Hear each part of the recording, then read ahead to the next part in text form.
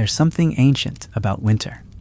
Even today, as we draw our blankets tighter and listen to the hum of the heater, a quiet voice inside us remembers the crackle of firelight and the weight of furs.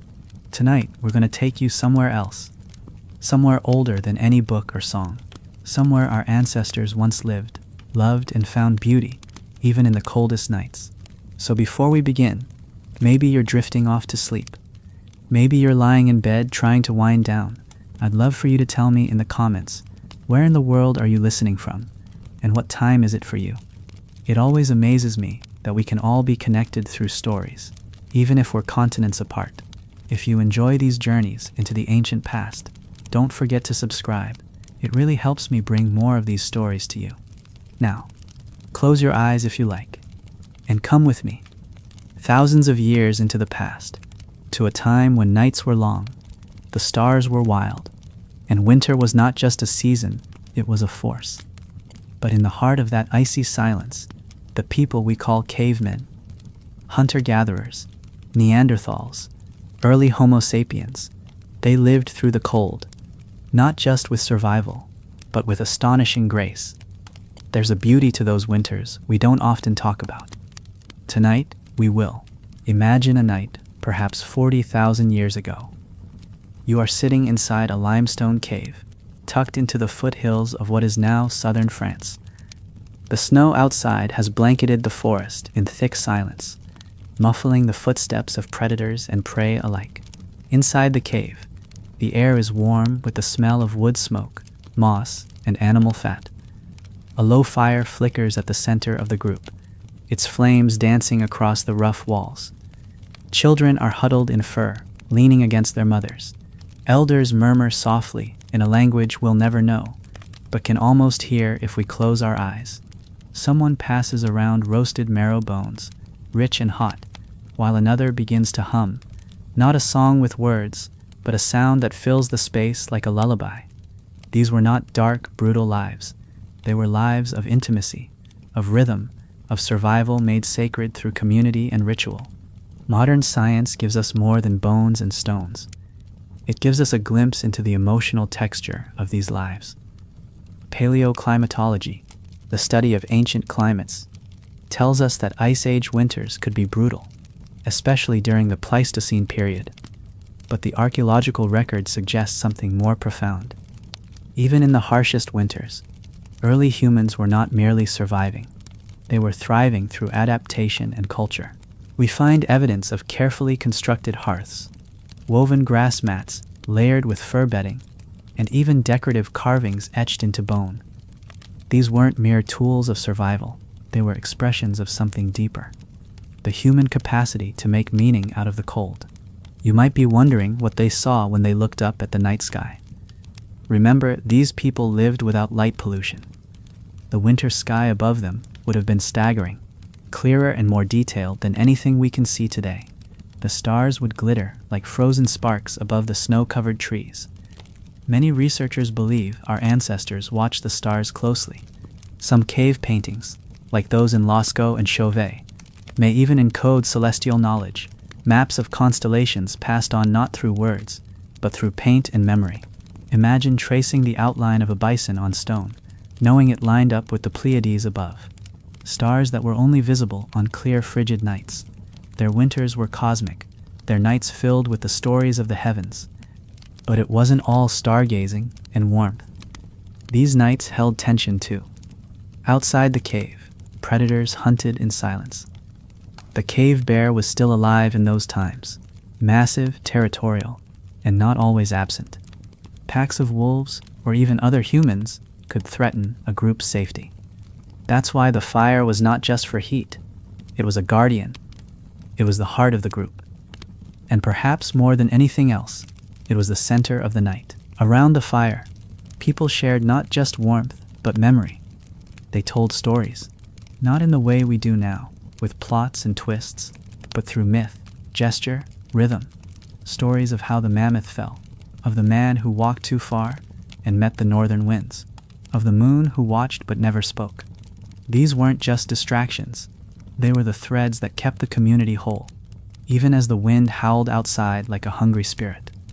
And then there's the silence, the real silence. Not the kind you get when you pause the TV or when the power goes out. I'm talking about the silence of a frozen forest under a clear night sky, where the only sound is your own breath and the low crackle of fire. That silence wasn't empty. It was full of meaning, of listening, of presence. Our ancestors were close listeners, not just to danger, but to life itself. They could hear the shift in the snow outside the cave, the distant hoot of an owl, the cracking of ice underfoot. And in that deep listening, they found something we've lost, something we can touch again if we slow down and pay attention. The fire has burned low now, but it still glows, red and breathing like a living thing at the center of the shelter. You can hear the faint hiss as sap from the log pops in the coals. Outside, the wind has picked up, whispering through the dead branches of winter trees. Inside the cave, furs have been drawn tighter, and those not asleep are still watching, still listening. The fire is not just warmth, it is rhythm. It marks time in a place without clocks. Every crackle, every rise of smoke is a beat in the night. That quiet pulse has been with humanity far longer than any calendar. It was how they measured safety, how they knew they weren't alone. What makes these nights so beautiful, and yes, the word beautiful does belong here, is that winter stripped life down to its most sacred essentials. There was no clutter, no noise, no distraction, just the heartbeat of the group, the hush of the earth, and the stories passed from one mouth to the next, like flame from one torch to another. You have to remember, these stories weren't entertainment. They were memory. They were survival. They explained where the game would migrate, when the ice would break, what the stars were saying, and they comforted, not with certainty, but with continuity. If your grandmother's voice told the same tale your great-grandfather once heard, then even the most brutal winter night was bearable, because you belonged to a line, and that line would continue. Let's look closer at what a cave might have been like, not as an idea, but as a real place. Picture a hollow of limestone, not vast and echoing like in movies, but close, intimate. You'd enter through a low passage, maybe on your knees, emerging into a belly of earth. The floor was often dug into, cleaned, sometimes even leveled. Ancient hearths, some tens of thousands of years old, still show circles of blackened stone and ash. Bones from hunted animals were placed to the side, some broken to get at the marrow. And on the walls, in the flickering light, you might see handprints, not painted, not carved, but pressed, pigment blown through a hollow reed, leaving the ghost of a palm and fingers behind. Some of those hands were small, children's hands, left like whispers on the stone. It's easy to think of early humans as stoic and hard, but in truth, they were full of expression. Archaeologists have found flutes carved from vulture bone, over 35,000 years old, in caves across Europe. Imagine that music in the dead of winter, not for hunting or warning, but for feeling, for beauty. Those flutes produce haunting, airy melodies, and they were tuned. That means whoever played them understood pitch. They weren't blowing random notes. They were crafting sound, maybe even composing. So on those long nights, there may have been music, simple, drifting songs played softly near the fire, while others slept, the wind carrying the notes out into the frozen woods. There's another layer to all this that makes these nights even more extraordinary. They were shared across species. Neanderthals, who lived alongside our early Homo sapiens ancestors, also endured these winters, and despite the myths, Neanderthals weren't brutes. They made tools, buried their dead, and likely spoke with complex language. Evidence from sites in Shanidar Cave, Iraq, suggests they placed flowers in graves. In Spain, in the El Castillo Cave, red pigment hand stencils, potentially Neanderthal, date back at least 65,000 years. So if we stretch our minds wide enough, we can imagine not just one kind of human gathered around the fire. We can imagine two, maybe even three, all shaped by the cold, all reaching for warmth, and stories, and music. And then, of course, there were the animals, not just the predators lurking outside, but those that gave life. reindeer, woolly rhinoceroses, giant elk with antlers taller than a man. These weren't just meat. They were mythology. Every winter, these animals would migrate, sometimes hundreds of miles, and our ancestors followed, or waited, or prayed. In the Chauvet Cave of France, sealed off for tens of thousands of years, you can see delicate drawings of horses, lions, mammoths. Their bodies are rendered in motion, suggesting that these people didn't just see animals as food, but as beings of mystery and power. On winter nights, those drawings must have come alive in the firelight, flickering, moving, as if the spirits of the beasts were dancing on the stone. It's not hard to imagine that the people believed the cave itself was alive, a womb of the earth, a place where stories were born and held safe. And what of love? What of tenderness in the middle of such a fierce season? The archaeological record speaks gently here, but it does speak. Burials show signs of care. Bodies laid in fetal positions, cradled with tools, beads, ochre, teeth strung into necklaces. There was meaning in these objects. You don't place a fox tooth beside someone's heart unless it meant something to them or to you. These weren't acts of desperation. They were acts of devotion. So on those long winter nights, it's not a stretch to think of lovers lying close under firs, whispering in a language lost to us, or parents rocking infants, or friends falling asleep shoulder to shoulder, warm with meat and song and the comfort of presence. All of this, the fire, the stars, the music, the hands on the wall. This is why we can say they had the most beautiful winter nights in history. Not because they had more comfort, but because they had more presence. They had to be present. There was no other option. And that presence, that attention to every flicker of light and breath of air, is what we're trying to remember now, in the rush and glow of our modern world. That maybe, long ago, on a night much like this one, a child lay awake under fir, listening to the wind, and felt the same mixture of awe and safety that you feel right now. Hearing this, the warmth of the fire may have lulled some to sleep by now. The smallest children nestled close to their mothers, others curled together like wolves in a den, but a few still watch the embers, their eyes glowing in the half-light, reflecting the slow dance of flame. These are the quiet hours, not quite dream, not quite wakefulness, the hours when stories slip more easily into the soul, when the mind is soft, open, ready to receive what the daylight might reject. And this is when the oldest voices speak, not always aloud, sometimes just through gesture or a look, a shared memory, a sound half remembered from a time before words had shape. It's in this space that ritual was born. Not religion, in the formal sense, but something more raw, a reaching toward the unknown. In many Upper Paleolithic sites, archaeologists have found strange artifacts that don't serve any practical use. Carved figures, pierced bones, stones painted with red ochre. These objects appear too carefully made to be accidents, and too symbolic to be tools.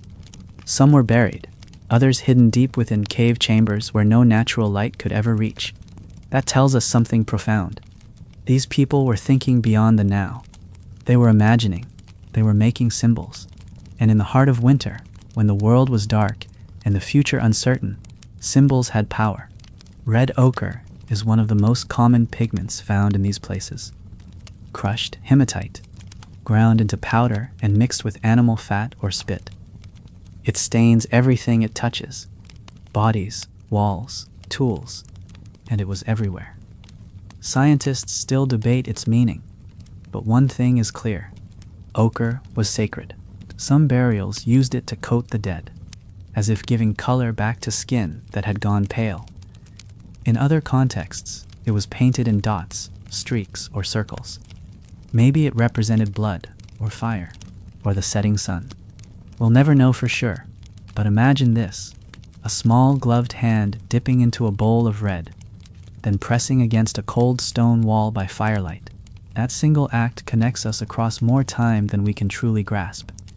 It's not just art, it's continuity. In winter, with its stillness and severity, gave space for these things to matter. In warmer seasons, Life was movement, tracking, hunting, gathering, building. But in winter, there was pause. Time stretched out. The days were short, and the nights were endless.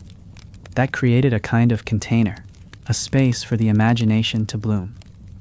When we find small figurines, like the Venus of Hohlefels, carved over 35,000 years ago, we are not seeing toys or decorations. We're seeing belief, perhaps in fertility, in warmth, in the continuation of life. She's small enough to fit in the palm, but heavy with meaning. Just holding her, even now, feels ceremonial. Not everything, though, was sacred in the grand sense. Some things were just beautiful in their simplicity. Imagine a carved piece of antler, polished smooth by hand, passed from father to son. Or a child's first knife, small, carefully napped, carried like a treasure in a pouch. These weren't mass-made items. Every object had a maker, and every maker had intention. And that's something easy to forget. Nothing in these camps was disposable. Everything was touched, shaped, worn, repaired. That kind of living creates a deeper relationship with the world. You didn't just wear clothes. You remembered the reindeer they came from. You didn't just use a tool. You knew whose hands shaped it, and when and why. There's a tenderness in that way of life, a patience that modern life rarely allows. Consider this. To make a single needle from bone took hours, maybe days. It had to be carved, sanded, pierced, polished. And yet these needles were vital. They allowed people to stitch hides together, to make clothing tight and warm, essential for surviving sub-zero nights. Some of these needles have been found at sites over 20,000 years old, still sharp, still usable. One even had a tiny eye so fine, it had to be threaded with sinew thinner than a hair. That tells us something. There was time to care, time to make things well. And every stitch sewn by firelight was a promise of shelter, of effort, of love. Let's return for a moment to the cave. The fire has dimmed to coals now, red, hot, slow burning. Most are asleep, but maybe there's one still awake, an elder, perhaps, watching the shadows shift across the ceiling. Outside, snow still falls, but the sound is softened now, as if the earth is exhaling, and maybe that elder remembers another night like this one. A winter long ago, a child born during a snowstorm, or a wolf that walked beside the camp without fear. The stories come in fragments, images, rhythms. They're not always spoken. Sometimes they're just passed down through gesture, a tap on the chest, a whistle in the dark, a drum beat on a hollow log. These are the first languages, the ones that didn't need grammar because the body knew what they meant. And that, too, is part of the beauty. These nights didn't need explanation. They weren't filtered through screens or caught on camera. They were lived fully, intimately. And when we say they were beautiful, it's because beauty then was not something you watched. It was something you breathed. The smell of smoke in your hair, the warmth of someone's shoulder beside yours, the hush between snowflakes. These things may seem small now, but back then, they were everything. They were life. They were hope. They were home. In the world of long winters, time becomes different. Days don't race by. They stretch. They linger, like the smoke that curls up to the blackened ceiling of a shelter. And when you live without clocks, without appointments or alerts, you begin to feel time in your body, in the way your breath slows when the snow falls heavier, in how your muscles remember the rhythm of grinding grain or scraping a hide, in the deep stillness between one footstep and the next.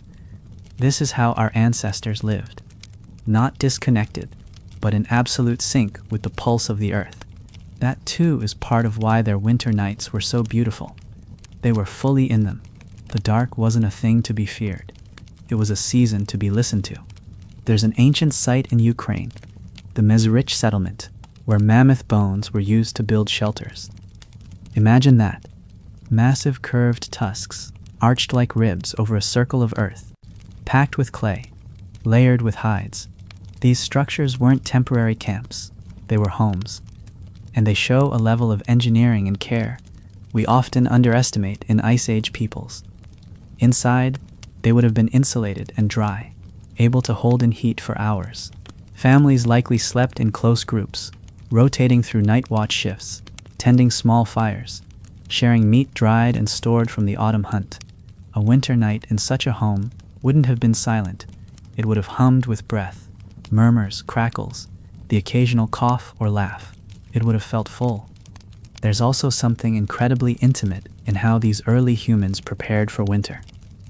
In places like Dolní Věstonice, in the Czech Republic, researchers have found tiny clay figurines, animals, abstract shapes, and even what might be the earliest known representations of human faces.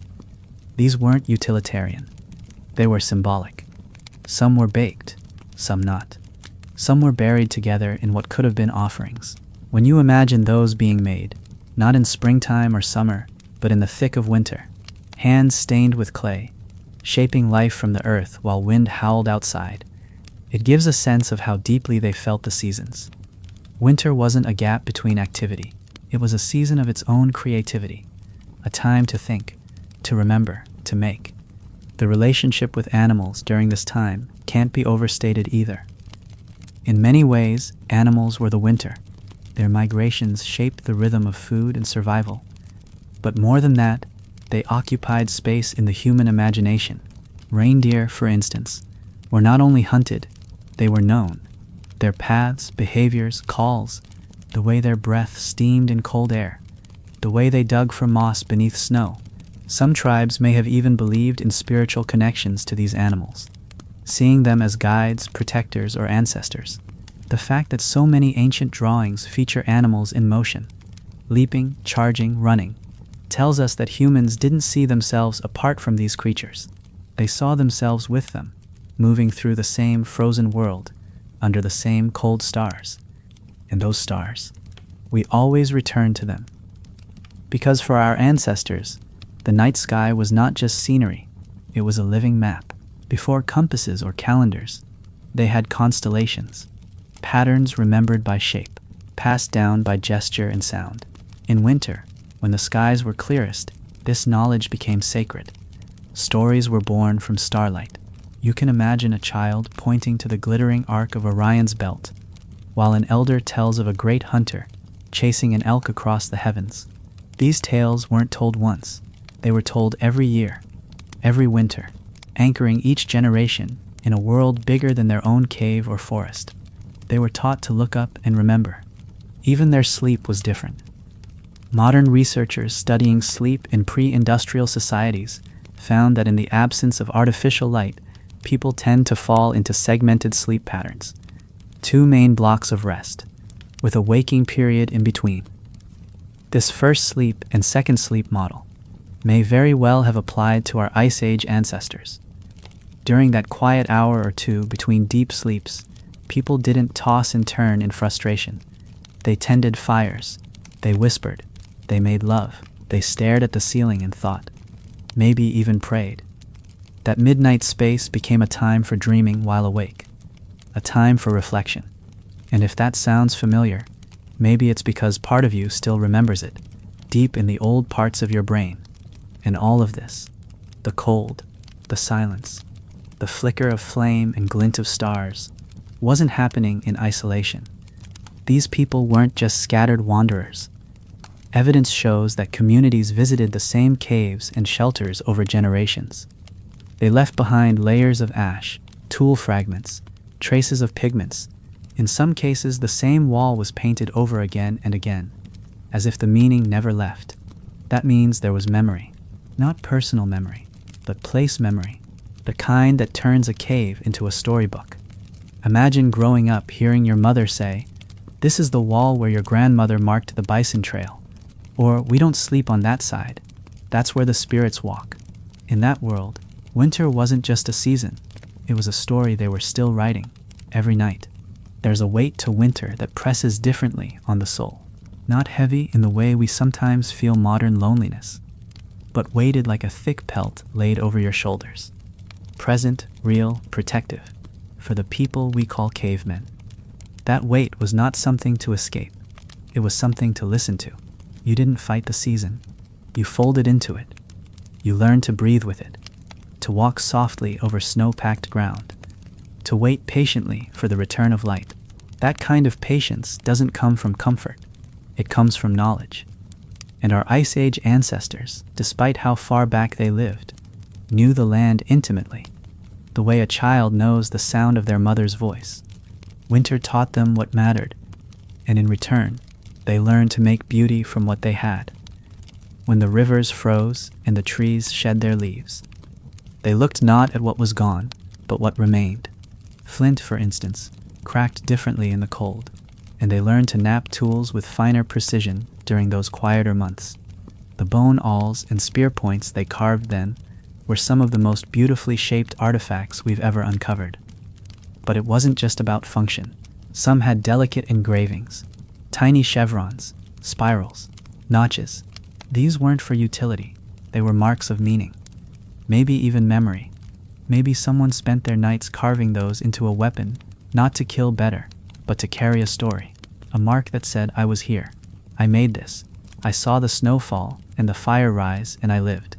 In caves across Europe and parts of Asia, we find repeated symbols, the same shapes, crosshatches, dots, lines, spirals, drawn in ochre, scratched into bone, pressed onto walls. Some researchers believe these were part of a proto-writing system, a way of marking time or ritual, and it's not impossible. Even without a formal alphabet, humans have always needed to leave traces. And what better time to sit and scratch your thoughts into stone than winter, when the world is hushed and every sound feels eternal. Imagine the feel of it, crouched near the wall, torch in hand, your fingers numb from the cold but still moving, still pressing into the world, a message that would outlast you. Food, too, took on a different meaning in winter. Hunting became riskier, the animals leaner, the weather more punishing. That's why so many winter nights were built on stored nourishment. Dried meat, fat preserved in skins, or hollow bones, berries tucked in woven baskets, and cached underground. The sharing of food wasn't just about hunger. It was a reaffirmation of the group. If someone had more, they gave. If someone went without, the rest made space. In the dead of winter, when every bite counted, generosity became survival. You didn't eat alone unless you were dying or already gone. Around the fire, the passing of food was a quiet ritual of connection, not unlike the breaking of bread centuries later. The idea of family looked different then, too. It was broader. Kinship wasn't always biological. It was practical, emotional, and symbolic. A group was bound not just by blood, but by experience, by shared hunts, shared births, shared burials. And in winter, that closeness tightened. You learned every face, every habit. You could tell who was walking across the shelter floor just by the rhythm of their steps. You knew who snored, who dreamt aloud, who hummed to themselves when they thought no one was listening. In that closeness, there was a kind of intimacy modern life often lacks, not just proximity, presence. The sense that everyone's life touched yours, every day, in small, essential ways. There's something else, a quieter truth, that makes those nights so beautiful. They had time to sit and look, time to hum and shape and mend, time to let a story take its full shape instead of being rushed to an ending. A tale could stretch across 3 nights if needed. A memory could be told in pieces, a gesture here, a whisper there, a reminder when the stars align just right. This slowness wasn't laziness. It was reverence, a respect for the pace of life, and for the way a story could change with the telling. That's why some stories survived for generations, not because they were written, but because they were lived and repeated in the rhythm of winter breath. And finally, consider this. When the snow began to melt, when the ice cracked open and the first green shoots appeared, they must have felt joy so deep it echoed in their bones. But that joy only existed because of the winter that came before. Without the cold, the fire wouldn't matter. Without the dark, the return of light wouldn't feel miraculous. The beauty of those nights wasn't in spite of the cold, it was because of it. And that's something we can still learn from, even now. When you live so close to the land, you start to notice the subtle changes. The way a tree groans under fresh snow, or how the silence shifts before a storm. Our ancestors noticed everything. It wasn't just awareness, it was necessity. Their survival depended on reading the language of the earth. And in winter, that language became even more poetic. A crack in distant ice could mean a frozen river was about to give. The flicker of a raven's wing across the treetops might signal a carcass nearby. Even the smell of the air, sharper, cleaner, edged with frost, carried meaning. They didn't simply observe the world. They understood it, and that deep understanding made every winter night not just a stretch of time, but a rich, unfolding dialogue between themselves and the natural world. The more we study Ice Age campsites, the clearer it becomes that people didn't just survive winters. They organized their entire social lives around them. Hearths were often placed carefully in the most wind-sheltered corners of a cave, and the space around the fire was likely divided not randomly, but with deep cultural meaning. Who sat closest? The children, the elders, the storyteller. These arrangements weren't accidental. They were echoes of social order, of knowledge transmission, of care. You can almost imagine a child being welcomed to sit nearer the flames for the first time, no longer needing to curl up in a parent's lap, but old enough to listen, truly listen, to the stories being passed down. And the stories were layered. They weren't just about what happened yesterday. Some were ancient even then. They came from generations past, tales shaped over centuries of cold winters, star-filled skies, and shared danger. Some might have been origin stories, who they were, where the animals came from, how the stars were hung. Others could have been warnings. Don't cross the ice too soon in the thaw. Don't sleep with your back to the cave mouth when the bear spirits are restless. Still others, perhaps, were simply moments of beauty retold. The way the moon looked, the night the mammoth fell, the color of the sky before the blizzard, the sound a falling tree makes when it lands on frozen ground. These were not facts, they were truths. And in that world, those truths kept them human. Let's imagine a moment now. Quiet, ordinary, but unforgettable.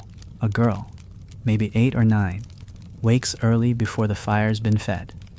She slips out of the furs, careful not to wake her mother, and pads across the cold stone floor to the mouth of the cave. The air bites, but she's used to it. She steps out, barefoot in the snow, for just a breath of time, and looks up. The stars are still out. So many stars, it feels like the sky is alive. She doesn't have a name for Orion, or the Milky Way, or Sirius, but she knows them. She's seen them every winter since she was born. Her grandfather once pointed to a cluster and said it was the eye of a snow deer, a spirit that watches over children who get lost in blizzards. She doesn't know if it's true, but she believes it, because believing feels like a kind of warmth all its own. There is something deeply humbling about knowing that this same moment, this stargazing, breath-fogging, frost-kissed moment, happened again and again across continents for tens of thousands of years, on the Siberian steppes, in the forests of what is now Germany, on the wind-blown plains of Patagonia. Different people, different names, but the same experience, the same awe, the same cold, biting the same skin, warmed by the same kind of fire. This is what connects us to them, more than genetics or tools, this shared humanity. And in winter, that connection felt closer, like the veil between then and now was thin, like we could almost reach back through time and touch the soot-streaked fingers of a distant ancestor crouched beside their fire. Let's not forget that these were not people without emotion. In fact, there's strong evidence they experienced grief, joy, fear, wonder. Perhaps even more intensely, because nothing was abstract. A child's death wasn't a statistic. It was a wound carved deep into the soul of a small group that had only so many people to begin with. And so too, a child's birth was a miracle. A new breath in the cold. New hope wrapped in fur. Winter heightened these moments. Life and death came closer together, often in the same night. And somehow they endured. Because they held each other, because they shared what they had, because they told stories in the dark until the sun came back. So when we talk about beauty in the context of caveman winter nights, we're not imagining something distant and foreign. We're remembering something deeply human. We're remembering how the fire feels when it's the only thing between you and the dark, how it smells, how it moves. We're remembering the sounds of sleep and song and snow, the shared laughter over a bone pulled from the coals, or the silence that follows the telling of a sacred story. These nights weren't just beautiful because of what they lacked, noise, stress, screens, but because of what they held: togetherness, meaning, and the soft resilience of the human spirit. The cold didn't isolate them, it bound them. Every winter, every long night under the breath of snow and ice, tied each person to the other in ways we can hardly fathom now. Warmth was shared. Resources were pooled. The success of the group rested on trust, on knowing that when food was scarce or the wind grew sharp enough to cut, someone would be there to keep watch. Someone would mend your clothes or stir the fire when your limbs couldn't. That kind of interdependence wasn't weakness. It was strength. It was culture. And on those nights when the world seemed endless in its silence, that strength wasn't shouted. It was whispered. It was felt in the closeness of bodies wrapped in fur, in the rhythm of breath beside you, in the soft murmur of someone remembering an old name. Those names mattered, even if they're lost to us now, spoken in vanished languages. They once carried weight. Maybe a name meant bringer of fire, or born in the frost, or sings to deer. Names weren't chosen lightly. They were echoes of dreams, of moments, of hopes. And in winter, names were passed on, sometimes to the newly born, sometimes to the dead.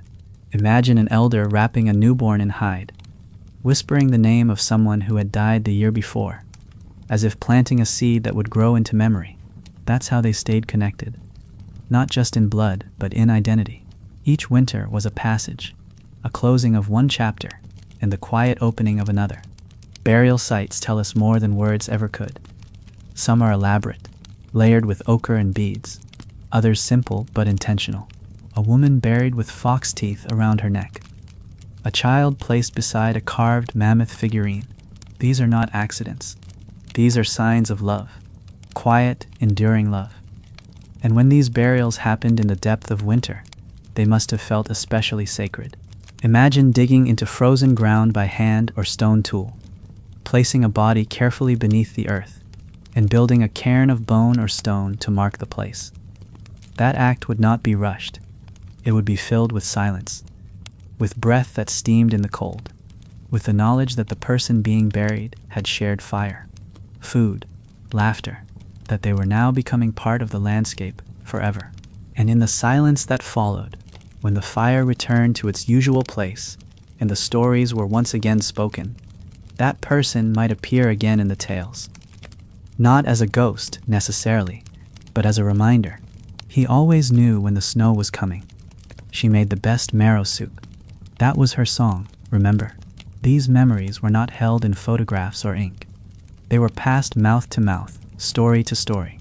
That's what made the winter nights so full, not despite death, but because of it. Winter taught them how fragile life was, but it also taught them how to honor it. We also find evidence of shared spaces, perhaps used by multiple groups or generations. Caves like Chauvet and Pechmerle weren't just shelters, they were sacred. People came there not to live permanently, but to gather, to create, to remember. These sites are often deep within the earth, well past where anyone would need to go for simple survival. That tells us something crucial. These people made time for beauty, for ceremony. In the middle of winter, when life was hard, they chose to descend into darkness, carrying torches, pigments, and stories. They chose to make art. That is not the act of a brutish survivor. That is the act of a dreamer, of a human. And what of language? We may never know what words were spoken in those caves, but we know that language existed, not just gestures or grunts, but full systems of communication. You don't plan a coordinated hunt of woolly mammoth without structure. You don't carve flutes or bury the dead with care without words to hold ideas. Some scientists believe early Homo sapiens may have had a range of phonemes similar to ours today. That means their conversations could have carried tone, emotion, even poetry. Imagine the lullabies sung in the dark, songs to quiet a crying child, chants to bring strength to hunters, words whispered between lovers curled together against the wind. It wasn't silence that filled those nights. It was sound, soft and sacred. And that sound lingers, if you let yourself hear it, not in volume, but in feeling. In the way a fire pops in the hearth, in how snow muffles the world, in the hush between breaths. These winter nights weren't just survival stories, they were symphonies. Every step on frozen ground, every whisper, every heartbeat, it all meant something.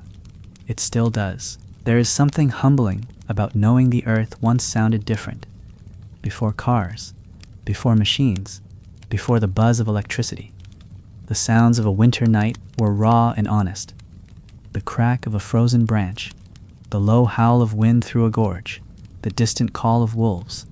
And against that vast and often intimidating quiet, our ancestors responded not with noise, but with presence. They didn't fill the night. They joined it, sitting still near the fire, listening more than speaking, letting the land shape their silence. That silence wasn't empty. It was full of the sacred, full of awareness, full of the things we can't quite name but still feel when the world is very still. Let's picture one of those winter nights. Not a dramatic one, not a hunt, or a death, or a ceremony, but just an ordinary evening after a long day of winter life. Maybe the group had spent the daylight hours boiling snow for water, checking traps, repairing a leather tunic, or chipping away at frozen hides to salvage meat. As dusk fell, they would gather near the hearth. Children might lay down first. Adults would follow, slowly lowering their tired bodies, their voices soft. One person might start humming, not a melody for performance, but a private tune, half memory, half comfort. Another might answer, not in words, but in a low sound of agreement. And just like that, a lullaby is born. A song with no name, meant for no one and everyone at once. They understood, better than we do now, that not everything needs to be said to be shared. A hand placed gently on the shoulder of someone mourning, a glance exchanged between a hunter and the one preparing the meat, a pause before telling a story, to honor the ones who came before. These were their rituals, as real as any cathedral's incense or temple chant, except they were carved in breath and gesture, in the movement of daily life. And winter gave those gestures room to echo. There was space in the night to feel everything fully: hunger, love, loneliness, laughter, without needing to hide it behind the speed of light or distraction. And it's in these slow moments that we start to see something more profound. These people, often called primitive, lived with a kind of emotional complexity that we're only beginning to understand. The way they grieved, remembered, hoped.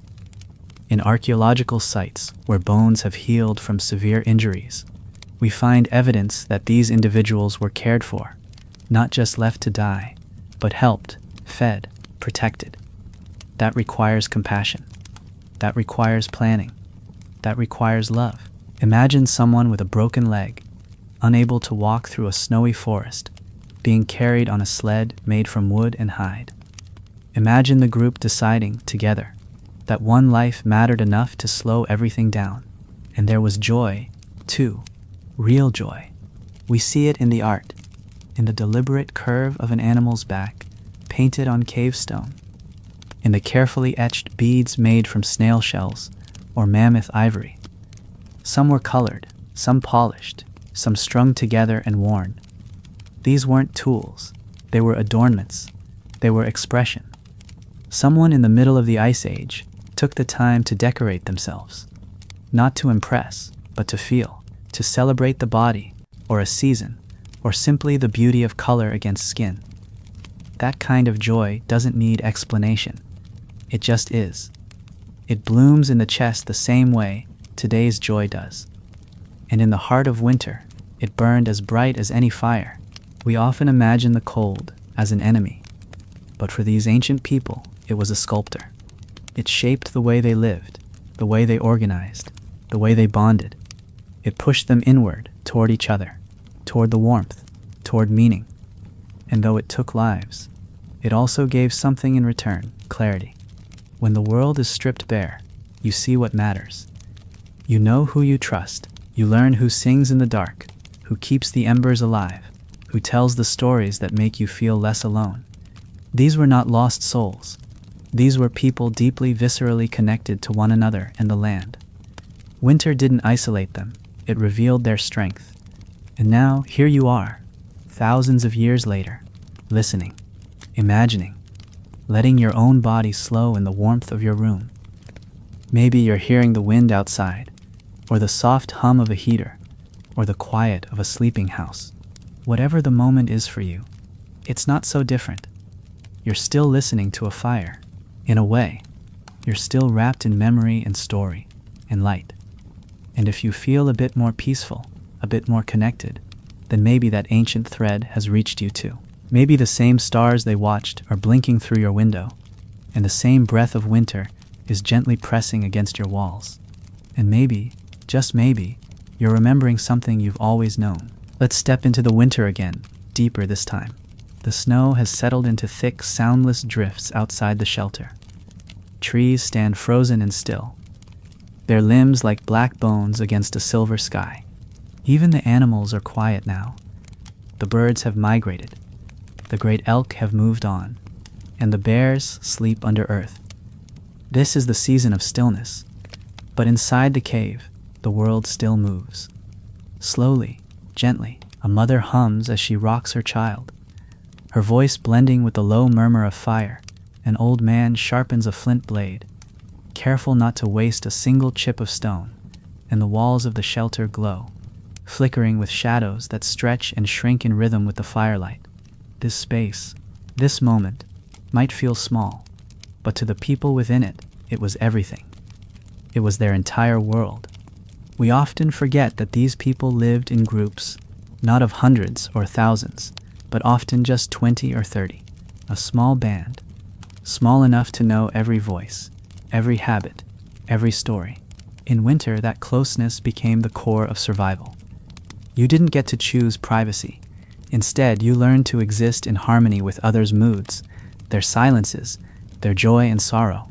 That harmony wasn't always perfect. There were disagreements, no doubt, tensions, but when the cold pressed in, people leaned toward one another, not away. There was no luxury of solitude. So cooperation wasn't just a strategy, it was a culture, a way of breathing together through the hardest nights. The emotional world of those winter nights must have been rich. Consider the passing of a season, not through calendars, but through change in the wind's voice, the way the stars tilted across the sky, the thickness of the snow crust underfoot. Our ancestors could read these signs like we read words. When the snow fell wet and heavy, instead of dry and fine, they knew the season was turning. When the reindeer tracks came closer, they listened for the sounds of hooves breaking the frost. They were not visitors in nature, they were part of its fabric. And in winter, when the forest spoke less, they listened harder. Every noise carried meaning. Every shadow could be a gift or a threat. And in that tension, they built something lasting: intuition. There are discoveries, quiet, astonishing discoveries, that give us glimpses into how they endured. In a site in modern-day Russia, a grave was uncovered, holding a young boy, buried with ivory spears and over 3,000 beads, painstakingly carved and sewn into his clothing. The effort this would have required is staggering. Hundreds of hours of work, all for a child who would never grow up. But they did it anyway. They buried him not as a lost body, but as a soul worth remembering. These aren't just archaeological facts, they're emotional truths. They show us a culture where care didn't end with death, where winter wasn't just about waiting for spring, but about honoring life even when it ended. Now imagine what they must have dreamed about on those long nights. Dreams without language. Dreams shaped by the flicker of firelight against the stone. The sound of wind curling into the mouth of the cave.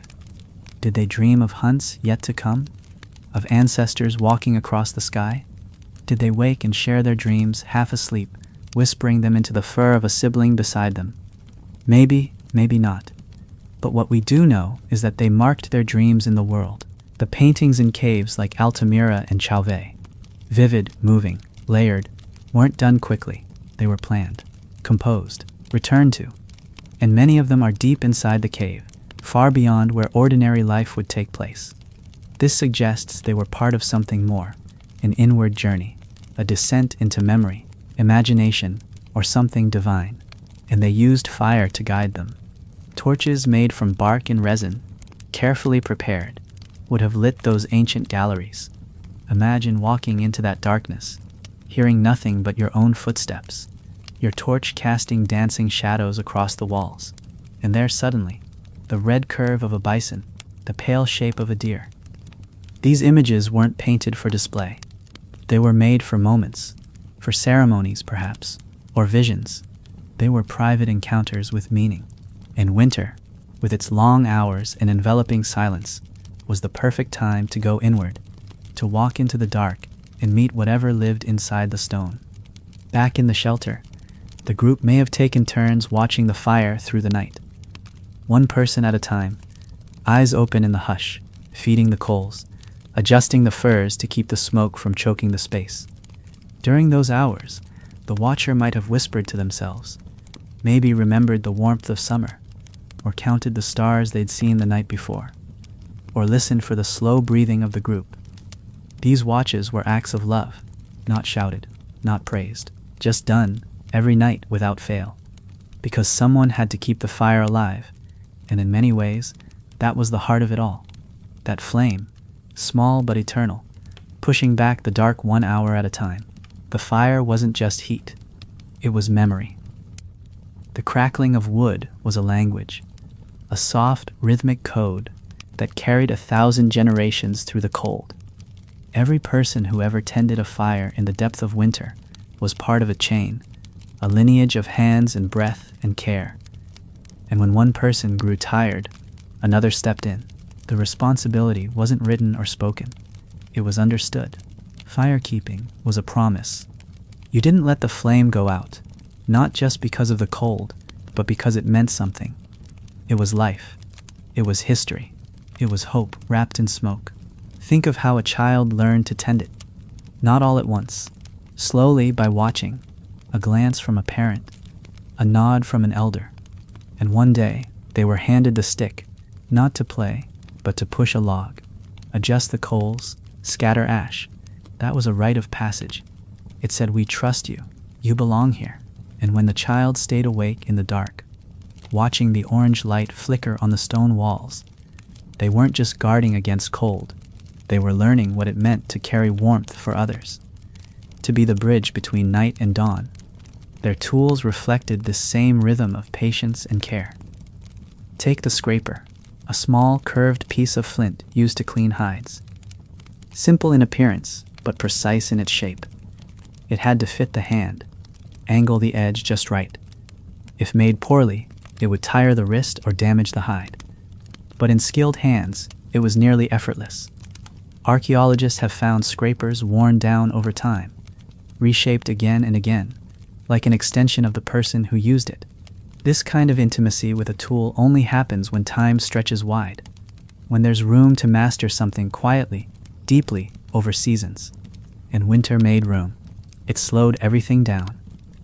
It gave humans the rarest resource, uninterrupted time. Not the frantic kind we fill with screens and scrolling, but the deep-rooted time where the mind can wander and return. That's where stories come from. Not the ones invented quickly, but the ones that reveal themselves over time. A scratch on a stone becomes a pattern becomes a symbol becomes a story. And once that story is told around the fire, it becomes part of the group. Passed down, added to, carried like an ember from one winter to the next. You can see the echoes of those stories in carvings found across Europe and Asia. Small animal figurines with exaggerated features, wide eyes, elongated limbs, impossible horns. These were not accurate depictions of the real animals. They were dream animals, spirit animals, maybe even guides. Their forms were simplified, not because the carver lacked skill, but because meaning was more important than realism. They weren't drawing what was in front of them. They were drawing what was inside them, what they saw when the snow fell and the firelight blurred the edges of the real world. Some researchers believe these figures were part of shamanic practices, that certain people, perhaps more sensitive or spiritually connected, acted as bridges between the waking world and the other one, the world of dreams, of ancestors, of the unseen. These people may have entered trance states, using rhythm, breath, movement, and winter, with its long nights and quiet spaces, would have been the perfect setting. It's not hard to picture someone sitting alone by the fire while others slept, rocking slowly, whispering ancient words, eyes closed as the flames reflected visions only they could see. These weren't performances, they were sacred. They were offerings to the mystery that surrounded them, and the mystery was everywhere.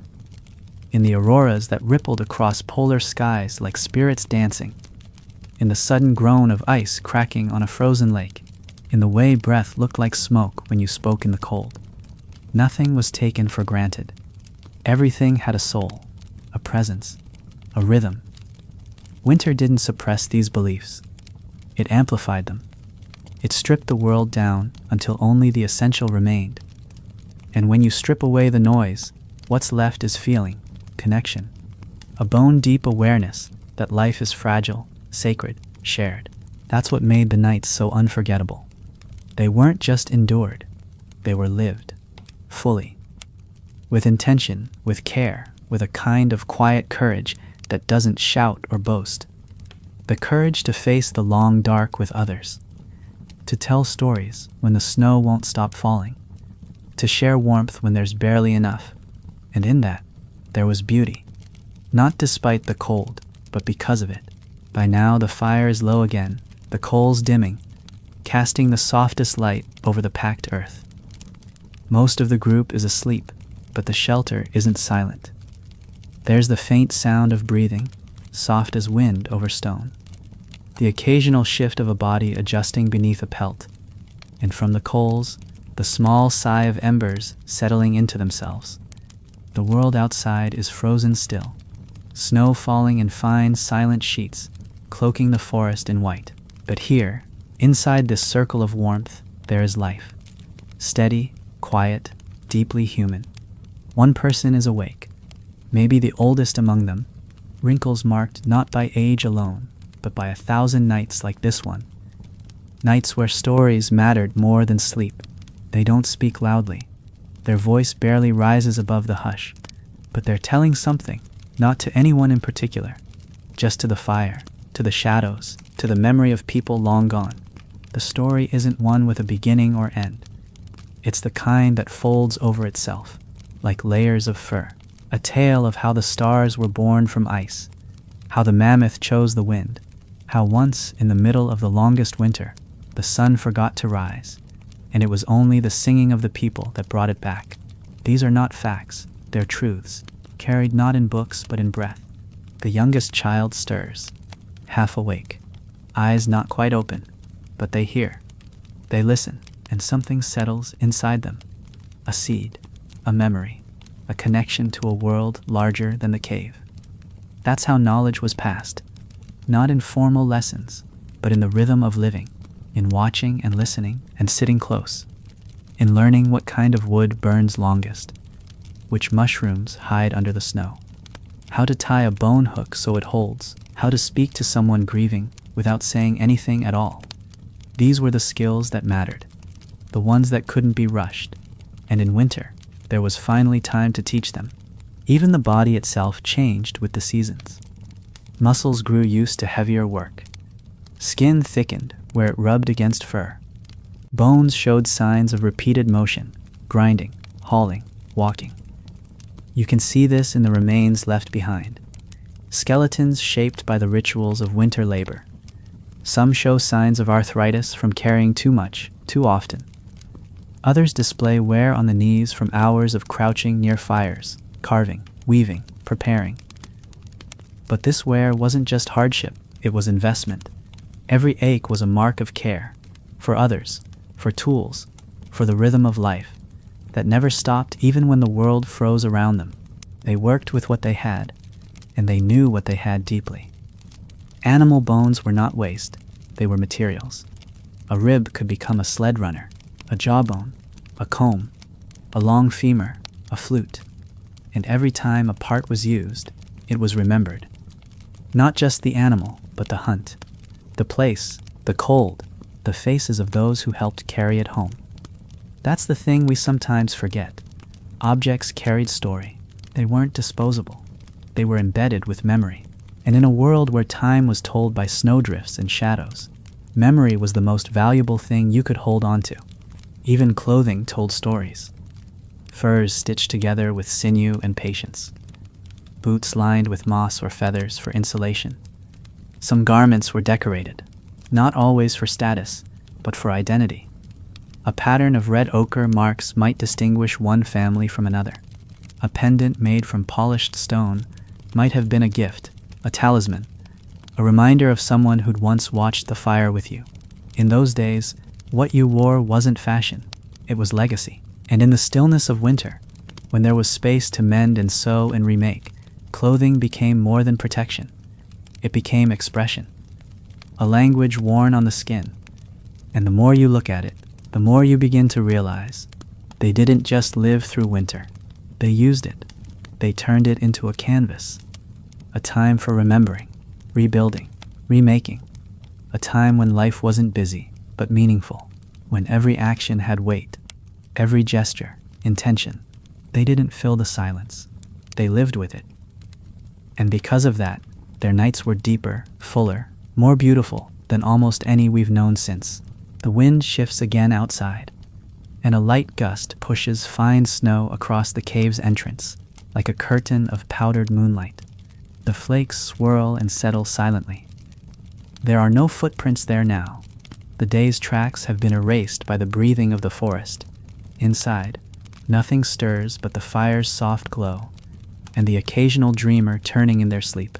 But even in that stillness, the night holds weight. It's not empty. It's alive, with memory, with feeling, with the quiet pulse of a world that doesn't need noise to speak. Somewhere nearby, within the shelter, someone is weaving. Not loudly, not in a rush.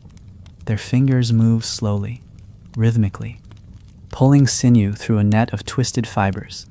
Maybe they're repairing a pouch. Maybe making a net for small winter game, rabbits, ptarmigans. The task is small, the kind done by feel more than thought. But the act itself holds meaning. These moments, these soft, focused rituals, were the heartbeat of the long nights.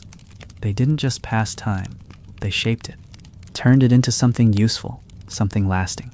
When you work with your hands in the dark, you're not just preparing for tomorrow, you're anchoring yourself to the present. And while some worked, others dreamed. Dreams held power in those days, and not metaphorically. They were understood as messengers. The dreamer wasn't just imagining, they were visiting another realm, perhaps a land where the ancestors lived, or where the spirits of animals spoke. If someone woke and shared a dream about a hunt, or a storm, or a birth, the group listened. They didn't dismiss it, they honored it, because in a world where nature could shift in an instant, any knowledge, even if it came wrapped in sleep, was worth paying attention to. The storytellers were the keepers of this knowledge, but they weren't separate from the group. They were part of the daily rhythm too. They hunted, cooked, stitched, but at night they spoke. Not always in long performances, sometimes just a phrase, a question, a line passed like a spark across the circle. "Do you remember the black fox?" someone might ask. And that alone could begin a story, or a memory, or a quiet silence that said, "Yes, we remember." That kind of storytelling wasn't about performance. It was about connection, about weaving individual memories into a shared understanding of who they were and why they mattered. And in winter, that understanding grew deeper. In the stillness, you could reflect on the year that had passed, on the calf born in spring, the storm that broke the trees, the old woman who died when the first frost came. These memories didn't sit alone, they layered over each other, forming the emotional landscape of the group. The fire wasn't just warmth for the body, it was warmth for those stories. It lit the faces of the ones telling them, turned their words into something golden, something held, and in the flickering half-darkness, even the youngest listeners could feel the weight of those moments, not as history, but as presence. Let's not forget how close they lived to the land. When you have no walls, but hide in stone, you know the forest's breath. You can feel the cold long before it arrives. You know the taste of the air before snow. And this knowing seeps into the body over time, not just as knowledge, but as identity. These people didn't live in nature. They were nature. They didn't conquer winter. They folded into it, made homes from it, shaped stories in its shadow, and somehow, in doing so, they found beauty most of us have forgotten. So here in this night, centuries gone, a child stirs again. They're too small to understand the stories, but they feel them in the hush, in the way their father's arm tightens around them, in the smell of smoke and fur, in the way everyone breathes in rhythm. That feeling will stay with them, and one day, when they're the one by the fire telling stories, maybe they'll remember this very moment, not in words but in warmth. Time moved differently then, not in minutes or hours, but in breath, in light, in the weight of snow on a branch. A whole day might be remembered just by how the sky looked at dusk, the blue just before night, the hush before the owls began to call. That kind of memory lives in the body, and in winter, when the world quieted, it rose to the surface. You could feel time stretch in every movement, in how slowly water warmed, in how long it took for the meat to cook, in the way stories unfolded, not all at once but in pieces, scattered across nights like embers across coals. One night's story might begin with a single word, bear, nothing more. And that was enough. The rest would come from memory, from shared knowledge, from the way people leaned forward just slightly to hear better. There were no dramatic voices, no special effects, just a voice.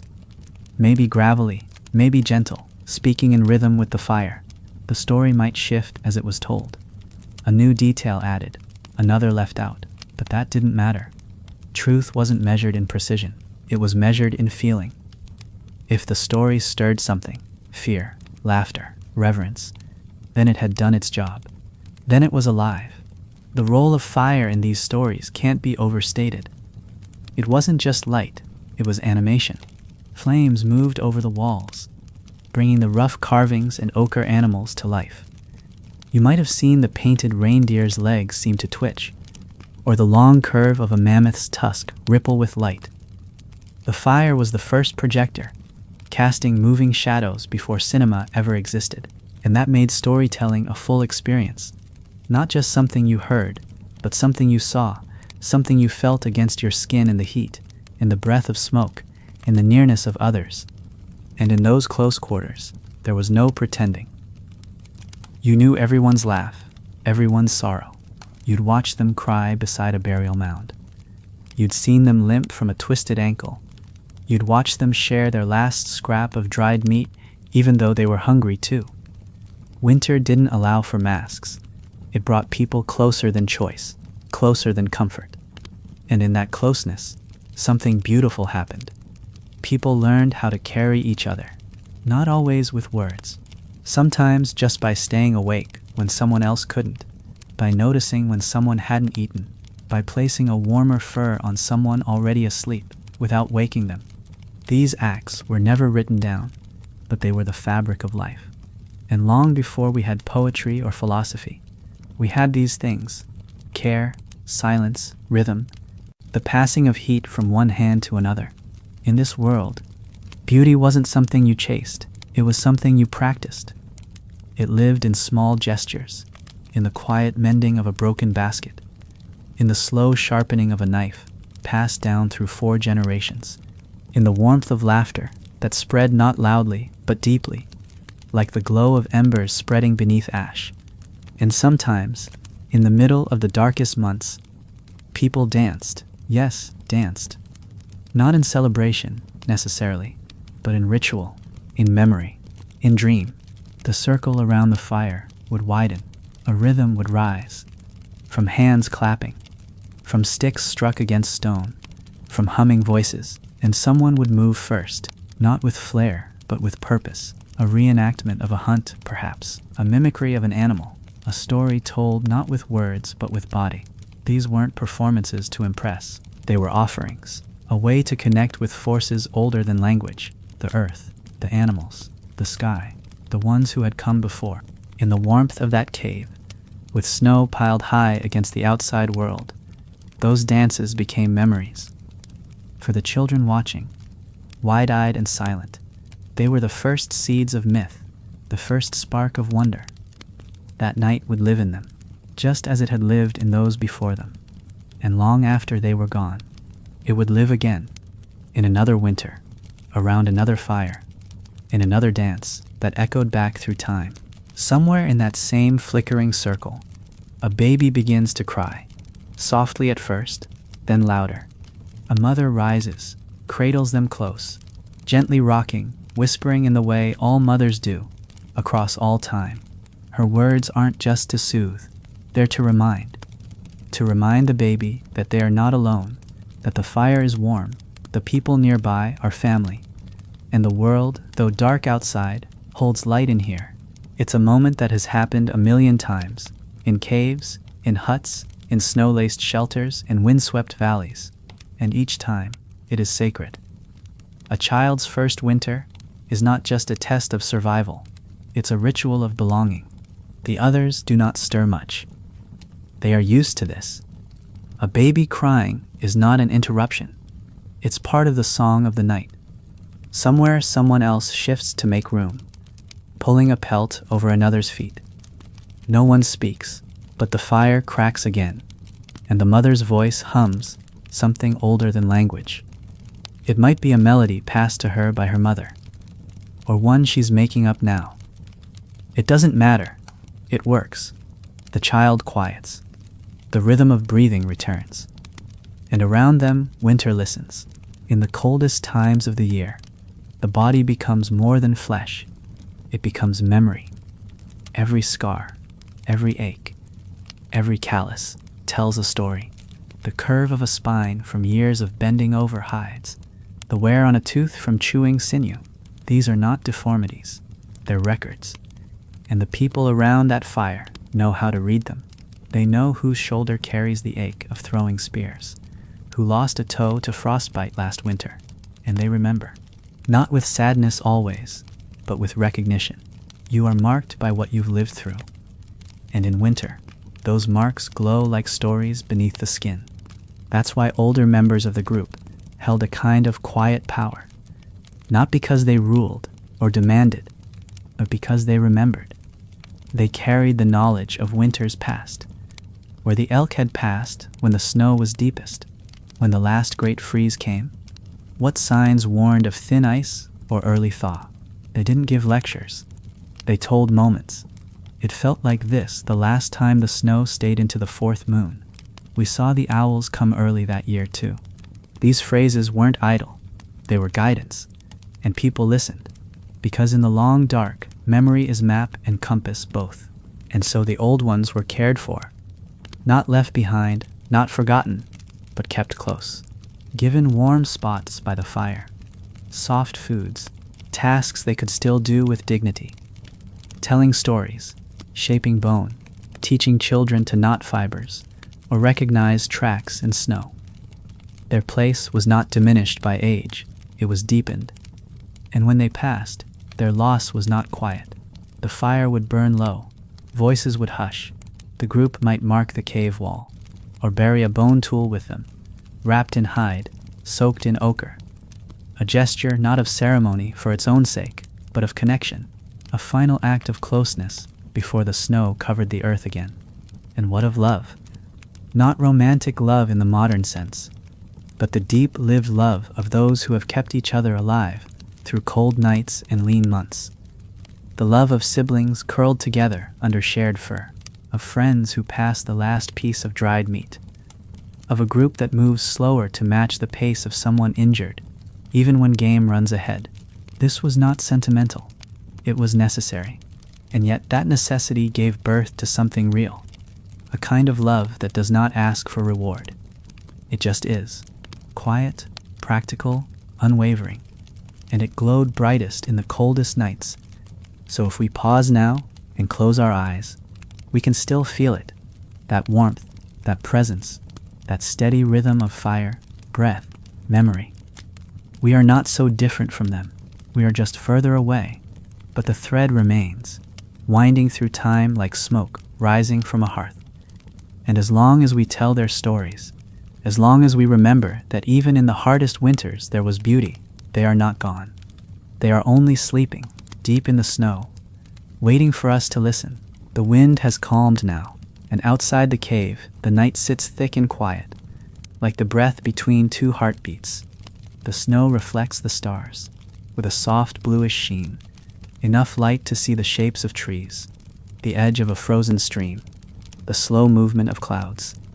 If you stepped outside the shelter now, the silence would feel immense. Not hollow, but vast. The kind of silence that humbles you, that makes you feel the size of your own body against the scale of the universe. And yet, inside that silence, there is a sense of belonging. You are not separate. You are one more creature, moving beneath the stars, wrapped in fur and story and breath. Inside the shelter, the coals have gone low, but not cold. They hum, almost inaudibly, red at the core, edged in black. A small spark dances now and then. Someone sits close, feeding it slowly, not building a new fire yet, just keeping the old one alive. That's the rhythm. The fire is never allowed to go out completely. There is always someone tending it, always someone watching over the warmth. Because fire isn't just survival, it's continuity. It connects night to night, generation to generation. You tend the same flame your mother did, her mother before her. It's more than heat, it's inheritance. Not far from the fire, a child begins to stir. Maybe a nightmare, maybe a noise in their dream, maybe they're just cold, but a hand reaches out before they cry. A hand that knows this moment, that has soothed dozens of such wakings before. It's nothing dramatic, just a touch, a murmur, the gentle pull of a pelt higher over a shoulder. The child doesn't even open their eyes. They settle, sigh, sleep again, and the one watching lets their hand fall back onto their lap, listening to the breathing return to calm. In that single moment, everything about their world is made clear. They are together. They are cared for. They will wake to the same voices, the same smoke-stained roof, the same snow-covered trees, and that knowing, that constancy, is the most beautiful kind of safety. Elsewhere in the camp, another is still awake, not because they are afraid or because they must be, but because they choose to be. They're not watching the fire. They're looking at the walls, tracing in the half-light the faded lines of ochre where someone long ago, or just last season, painted the shape of a deer. The lines are imperfect, curved, organic, but they breathe. There is movement in them. Not frozen art, but living memory. The person looking knows who made them, or maybe they only know the story of who did. That was her mark, someone once said. She saw it in her dream and painted it before dawn. And now here it is, still here, still seen. The past held like a flicker in the stone. It's in these moments, quiet, unremarkable to the outside world, that the real beauty of their winter lives shows itself. Not in grand hunts or moments of danger, but in how they held space for each other, how they let silence be filled with presence, how they honored every little part of their day, not with drama, but with meaning. A hide scraped clean wasn't just a task, it was part of the great chain. One step toward clothing, shelter, survival. A story told around the fire wasn't just for amusement, it kept the past breathing. A song hummed at night was as sacred as a prayer, and every so often they would laugh, really laugh, loud and unashamed. their voices echoing against stone, their teeth flashing in firelight. It didn't happen often, not because they weren't joyful, but because they understood joy differently. They didn't seek it constantly. They let it rise when it wanted to, and when it came fully. You'd hear it ripple through the group, not always at once, but in waves, and when it passed, the silence that followed was even softer, like the cave itself had been warmed. These were the nights that carried them through, nights that weren't about waiting for spring, but living through winter. And they did live, deeply, fully, with a kind of quiet wisdom we are only just beginning to remember. Their stories haven't ended. They've just gone quiet for a while, and we, sitting in our own warm rooms, listening to their echoes, are the ones lucky enough to hear them return. By the time dawn begins to hint at the horizon, the cave is still, not in sleep, but in reverence. The pale light has not yet reached inside, but those closest to the entrance can sense it. A faint shift in the cold, a change in the shadows. Someone stirs and rises slowly. Their joints ache from the cold, from age, from a life lived on earth and stone. But there is no complaint. They move toward the mouth of the cave, not to leave, but to look, to greet the day, even if that day comes gray and wind-bitten. Stepping over sleeping bodies, careful not to disturb the peace, they reach the edge and crouch low, watching.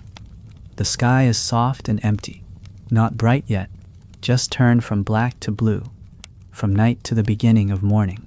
There are no birds, no footsteps, no firelight from any other camp, just a world slowly reawakening. Behind them, the shelter still holds the warmth of night, of breath, of presence.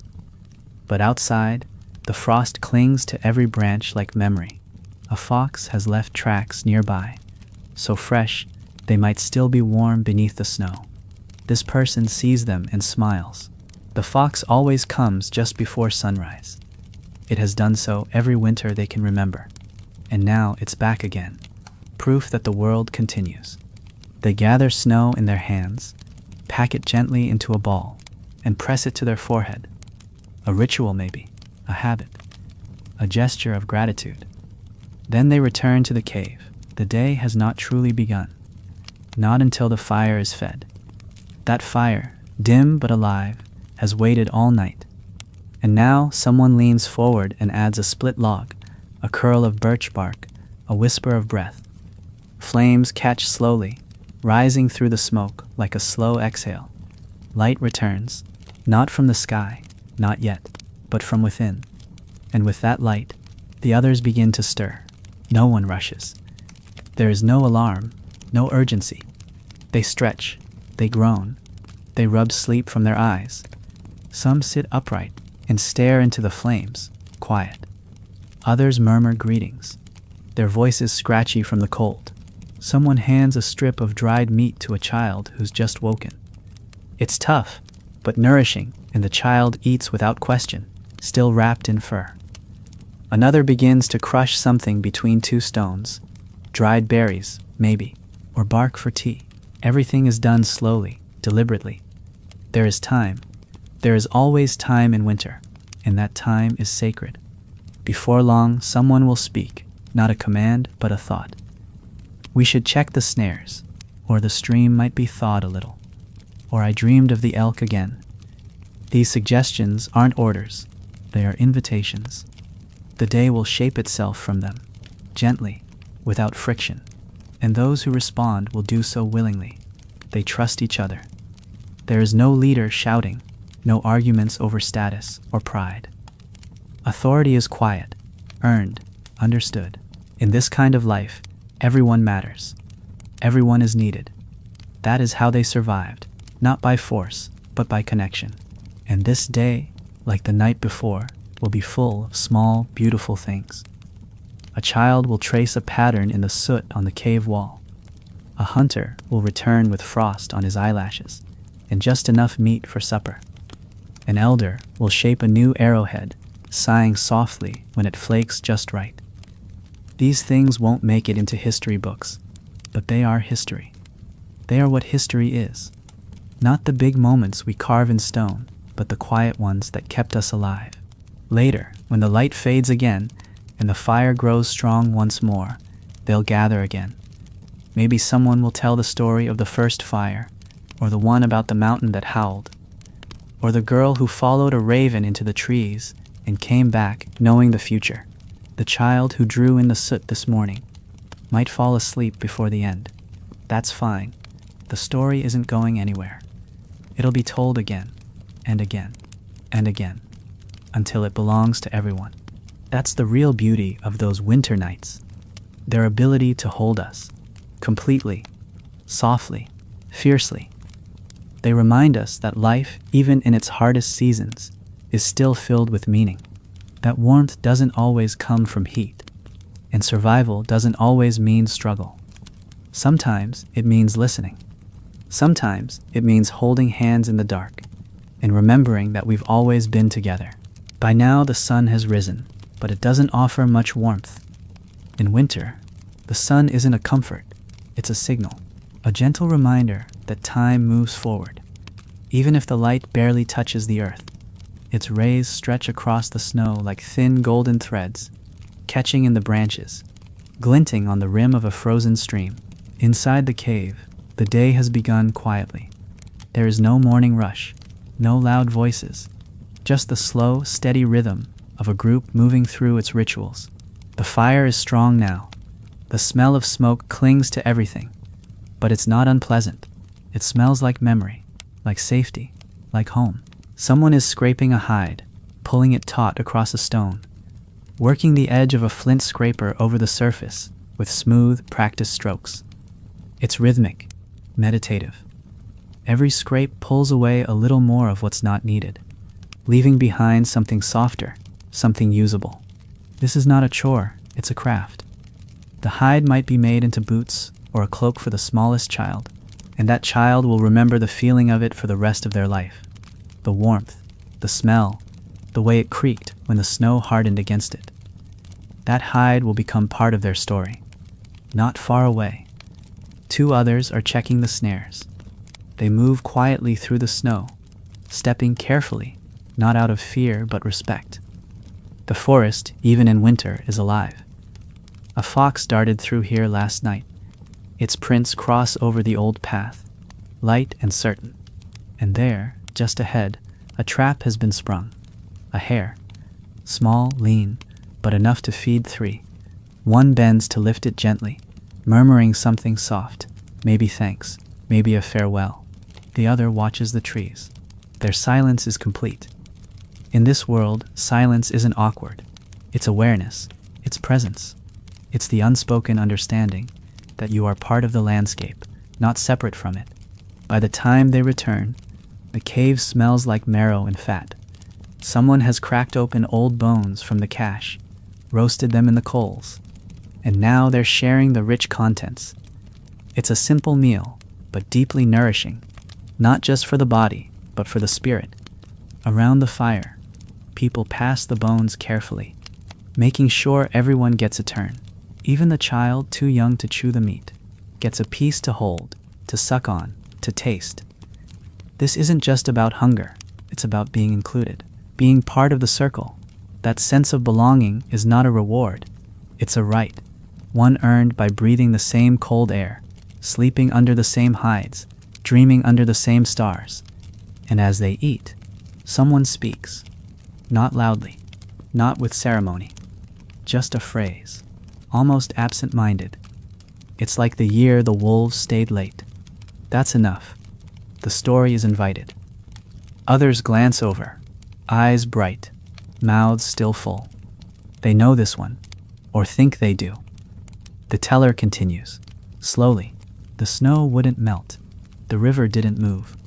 The wolves came so close, we could see their breath on the trees. It's not a warning or a lesson. It's just shared history, a way to braid the past into the present.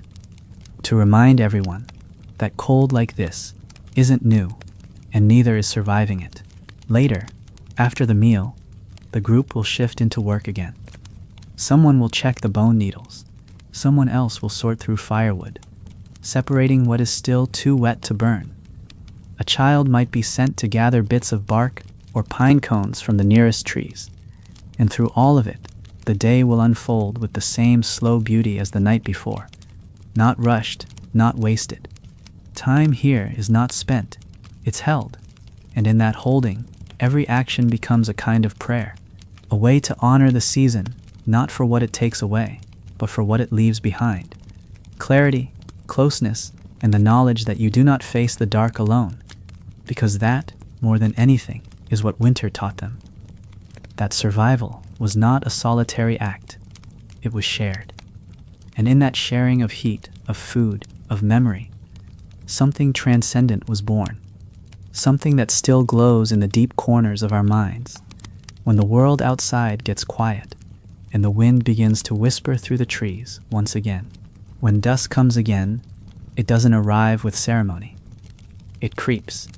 It slides in through the trees slowly, turning white snow blue, stretching shadows long across the forest floor.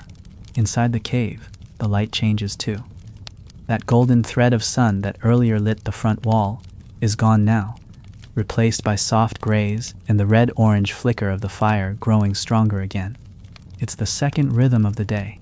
Morning is for survival, evening is for remembering. As the world darkens, people begin to settle, not because they're tired, though some are, but because this is the hour where things matter more. Stories sound clearer, flames look sharper, the soul feels more open. The group eats again, whatever was brought back or shared from the stores. The hair caught earlier is now just a memory in the coals. The bones are being cleaned, not discarded.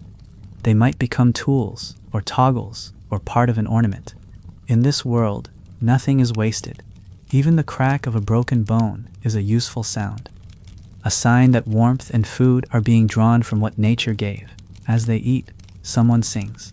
No words, just melody. A note repeated softly, over and over, with slight changes in tone. It's the kind of sound that fills the cave without crowding it. It's not meant to be listened to. It's meant to be felt. And the children listen. Even when they pretend not to. They draw in the soot with bits of bone, chase each other between sleeping hides, giggle into fur-covered shoulders. But they're listening. They always are. Every story, every sound, is planting something inside them. They won't remember every word, but they'll remember the rhythm. The way the cave felt on nights like this. The way their mother's voice lowered when she spoke of spirits. The way their father's hand was always warm, even when the world outside turned to ice. These things matter. They last. They become the shape of how a person grows. Tonight, the storyteller begins with a simple sentence. This is the time when the old ones walk. It's enough. The group quiets. Not frozen, not rigid, just respectful. Not fearful either, though some of the youngest draw closer to their parents. The story is old. It's not about a specific person or place. It's about the time of year. When the nights are longest, it said, the ancestors return, not to haunt or harm, but to visit, to listen, to check on those still living. And if the people have honored the stories, if they've kept the fire lit, if they've spoken the names with care, the old ones will leave gifts in the dreams of the sleeping, knowledge, comfort, warnings. The children listen with wide eyes. Some squeeze small stones in their hands, tokens, maybe to help keep the dreams close. No one speaks during the story. No one interrupts. The tale is not dramatic, not frightening. It's told like a memory. They came once when I was a boy, the storyteller says, and I dreamed of my grandfather. He gave me his hunting tooth and said nothing. But the next day, I found the deer walking straight toward me. It's not the kind of story you question. It's the kind you tuck into the corner of your heart and carry for the rest of your life. When the story ends, no one claps. There's no applause. Just a soft returning to the rhythm, the crackle of the fire, the shifting of bodies, the preparation for sleep. Someone checks the coals, stirs the ash. A baby nurses quietly in the dark. An older child lies awake, just a little longer, staring at the faint patterns on the wall. And maybe, just maybe, someone whispers their ancestor's name, softly, so the others won't hear. just in case the old ones really are walking tonight. That's the kind of belief that held them. Not blind faith, not organized doctrine, but a soft thread of meaning that wove through every winter, every fire, every night. A sense that they weren't alone, that someone, something, remembered them, and that they, in turn, could remember too. The cave is nearly silent now. Just the whisper of the coals and the soft, steady rhythm of breath from those who've fallen asleep. The night is deep, the kind of night that feels still enough to touch. Outside, the forest has settled into a hush, so complete, even the snowflakes seem to fall slower, and above it all, the stars are watching. Cold, clear, countless.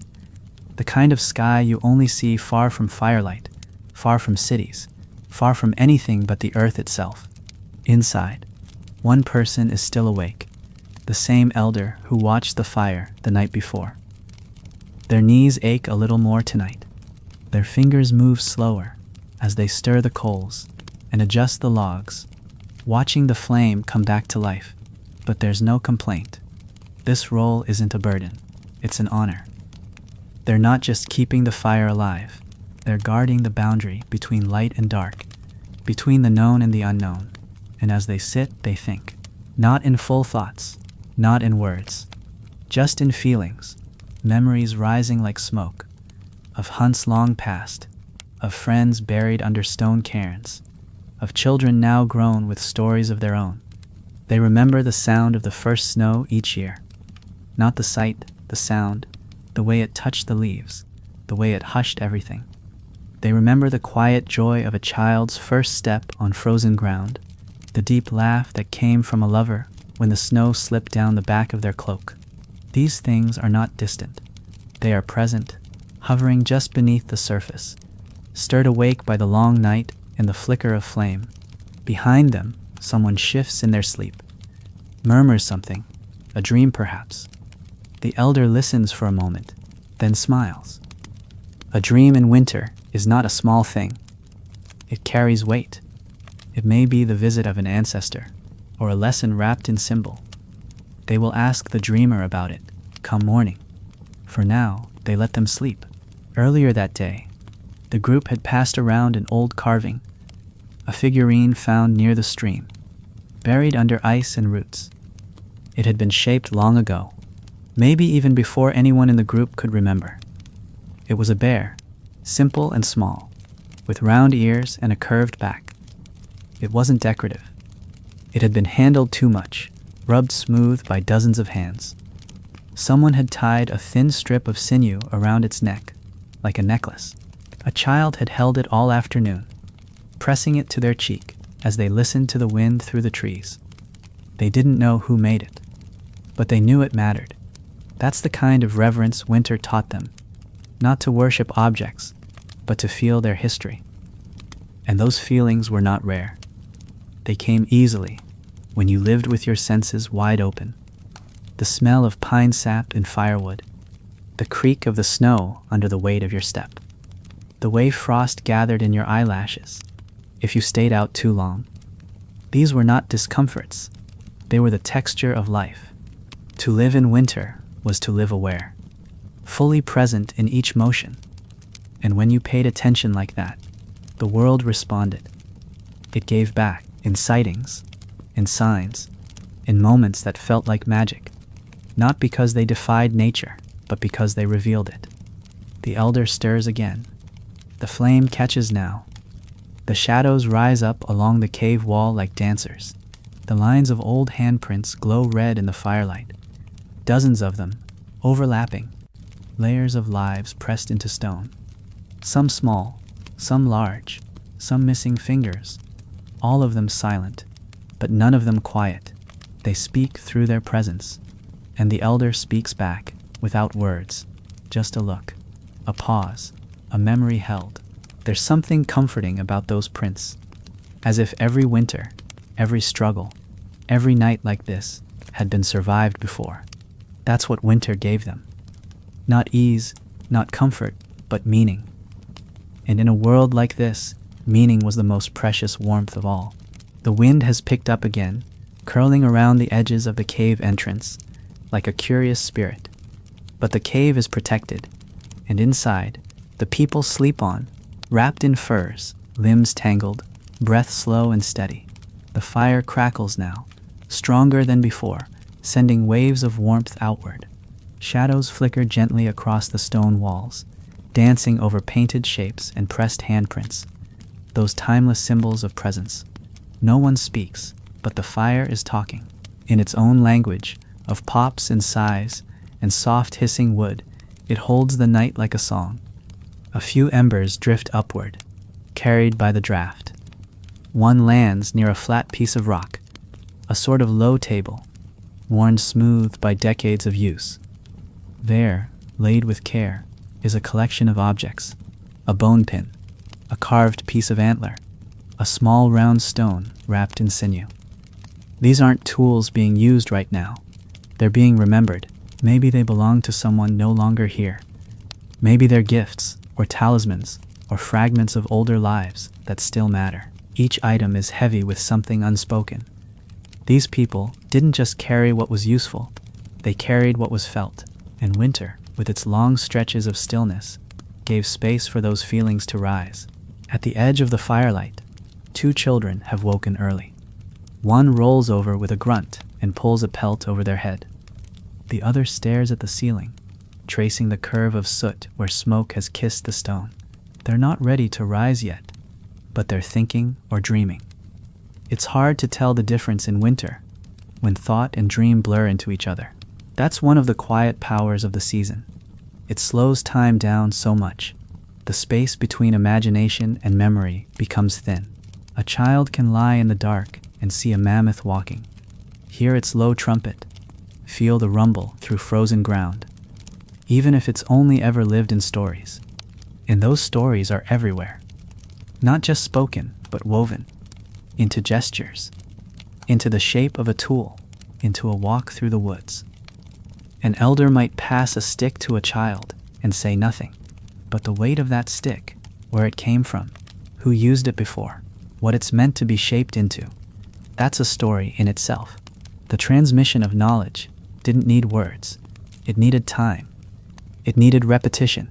It needed silence that could stretch long enough for learning to happen naturally.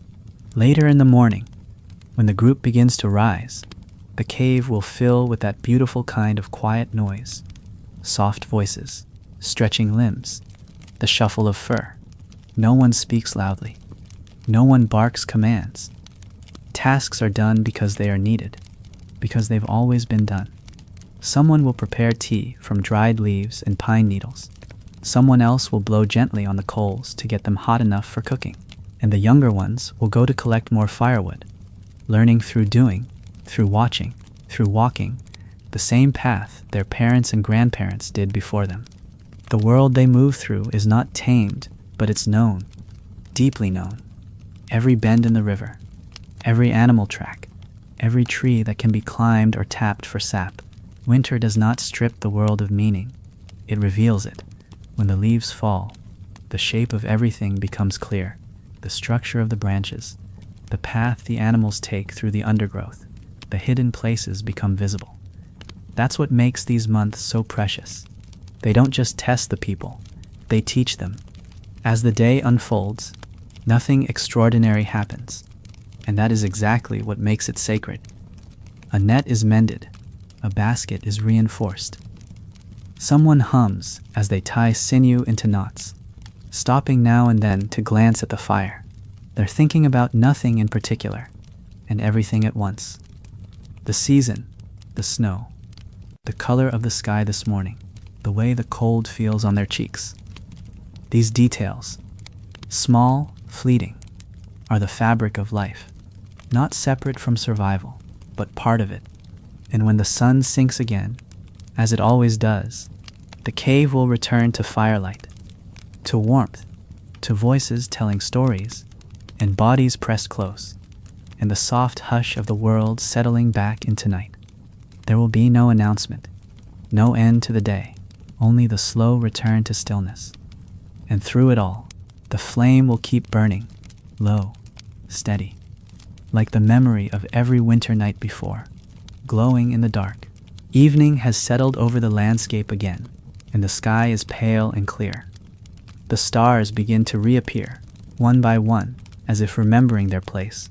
There's no rush to their rising, no sudden brilliance, just a slow unveiling. That's how winter works. It does not demand attention. It offers it softly, patiently, and those who live with it learn to match its rhythm. The group has returned to the same quiet they knew the night before, as if the days are part of a larger song that repeats and deepens, rather than simply marching forward. No two nights are ever the same, but they rhyme, they echo, they remember each other. Tonight, a young one speaks first. It's not a full story, just a question. Do you remember when the river froze all the way to the sea? The question hangs for a moment, weightless but full. A few people glance at each other. One smiles. Another nods. Yes, they remember. And so the story begins. Not because someone chose to tell it, but because it was already waiting to be heard. It rolls out slowly, built from shared memory. That was the year the fish vanished, someone adds. We walked 3 days before we saw a single track, and the wolves followed us, says another. Watched us for miles. Not hunting, just watching. The story is part memory, part myth now. Over the years, it has gathered new details, new turns. A boy who heard singing in the ice, a tree that burned blue in the frost. Were these things real? It doesn't matter. What matters is the feeling they stir, the sense that the world is vast, mysterious, and still somehow familiar. That even in the deepest cold, there were wonders, and that those wonders made the struggle meaningful. When the story ends, no one says much, just soft laughter, a hand resting on a shoulder, a few nods. The fire speaks next, crackling a little louder as another log is added. Sparks rise, then fall, and just beyond the mouth of the cave, the stars begin to shimmer more clearly. They are not decorations in the sky, they are landmarks, signals. Some believe they are the eyes of those who came before. Others say they are fires, far away, lit by those on the other side of the world. Either way, they are watched, and they are watching. The night grows colder. You can feel it in the way people shift closer together, in how their breath rises thicker in the firelight, but no one complains. The cold is not unexpected. It is not the enemy. It is part of the season, as natural as the darkness or the snow. It shapes everything, the stories, the tools, the way people sleep, and in return, people shape their lives around it, not to fight it, but to flow with it, like the ice that forms along the riverbank, solid, strong, but never still. Tonight, someone begins carving again, a piece of antler, nothing large, just a small shape beginning to take form. Maybe an animal, maybe something abstract. The carver doesn't explain. They don't have to. The others watch in silence, not to judge, but to witness. Creation in winter is sacred. It means that, even when the world seems frozen, the spirit continues to move. That even now, in the middle of the long dark, new things are being brought into being. A baby cries once, then settles. A young woman hums a tune that no one knows the words to anymore. It might be older than the cave itself. It might come from a dream. It fills the space like steam, like a whisper from the stone itself. And in that moment, the cave becomes more than shelter. It becomes story. It becomes memory. It becomes home. Not just for the people who live in it now, but for all those who came before and will come after. Because that's what winter taught them. That nothing truly ends. That the snow covers, but it also preserves. That fire burns, but it also reveals. That time moves forward, but it never leaves anything behind. It simply carries it, softly, like a fur across the shoulders, into the next night. The wind returns with a low moan across the hills. It doesn't scream. It doesn't howl. It sighs long and slow, as if the land itself is exhaling. The trees bend slightly, letting the breeze pass through their bare fingers. Snow shifts along the edges of stones and settles again like breath. And inside the cave, the fire answers. It stirs in its bed of coals, sparks lifting like thoughts trying to escape the past. The people don't flinch. They know this song. It's the language of the season. Breath and burn, drift and silence. The elder is speaking again tonight. Their voice is softer now, the cadence more like a lullaby than a tale. They speak not of animals or spirits this time, but of a cave, another cave, far away, one they knew as a child. It opened behind a wall of trees, they say, eyes half closed. You had to walk in sideways. The rocks were sharp at the entrance, but once inside, it was wide, warm, safe, and there were paintings there too. The group listens, even those who have heard this before, especially them, because in winter, repetition is not tedious, it's necessary. It binds. It confirms that the things you love have not vanished, that they live on in voices, in detail, in warmth. The elder pauses, staring into the fire, then speaks again. There was a mark on the ceiling. High up, a hand, black against the stone. I never knew whose it was, but every time I saw it, I felt watched, not in fear, in belonging, like they'd left it there for me, or maybe for you. They glanced toward the children listening, who now sit perfectly still. That image, a hand high above, untouched for generations, lands in their minds like a seed in fertile soil. That's how memory grows, quietly, through story, through firelight. The night deepens, and so does the silence. People settle into rest, but sleep does not come all at once. A few still shift under furs. One stares into the flame, eyes flickering like the embers. Another traces a line in the dust, slowly, carefully, as if drawing a trail they'll follow in their dreams. In this space, words are no longer needed. The cave is full of a kind of language older than sound, the language of presence. Every movement speaks, every breath responds. Beyond the walls, snow begins to fall again. Thicker this time, in heavy, slow flakes that drift downward like ash from a quiet sky. The forest takes it gently, accepting the weight. Branches grow white. Animal tracks vanish. Even the sound of the wind fades as the snow builds. The world is not asleep, it's listening. Listening to the breath of fire, to the songs of memory, to the warmth pulsing inside a cave, lit by flame and story. Inside, someone dreams, maybe of a hunt, or a star, or a voice calling from the trees. Maybe something they don't understand. That's how dreams work in winter. They bring messages wrapped in mystery. And when morning comes, they might share it, or they might carry it quietly, letting it settle inside them, shaping the way they move, the way they listen. Not all stories are told. Some are worn, lived, remembered in the curve of a walk or the stillness before a word is spoken. The fire sinks again, coals deep, heat steady. No one watches it now. It watches over them. And somewhere, deep beneath the snow, the earth breathes. Slowly, patiently, holding all of it, the people, the dreams, the cold, the stories, in the wide silent embrace of winter.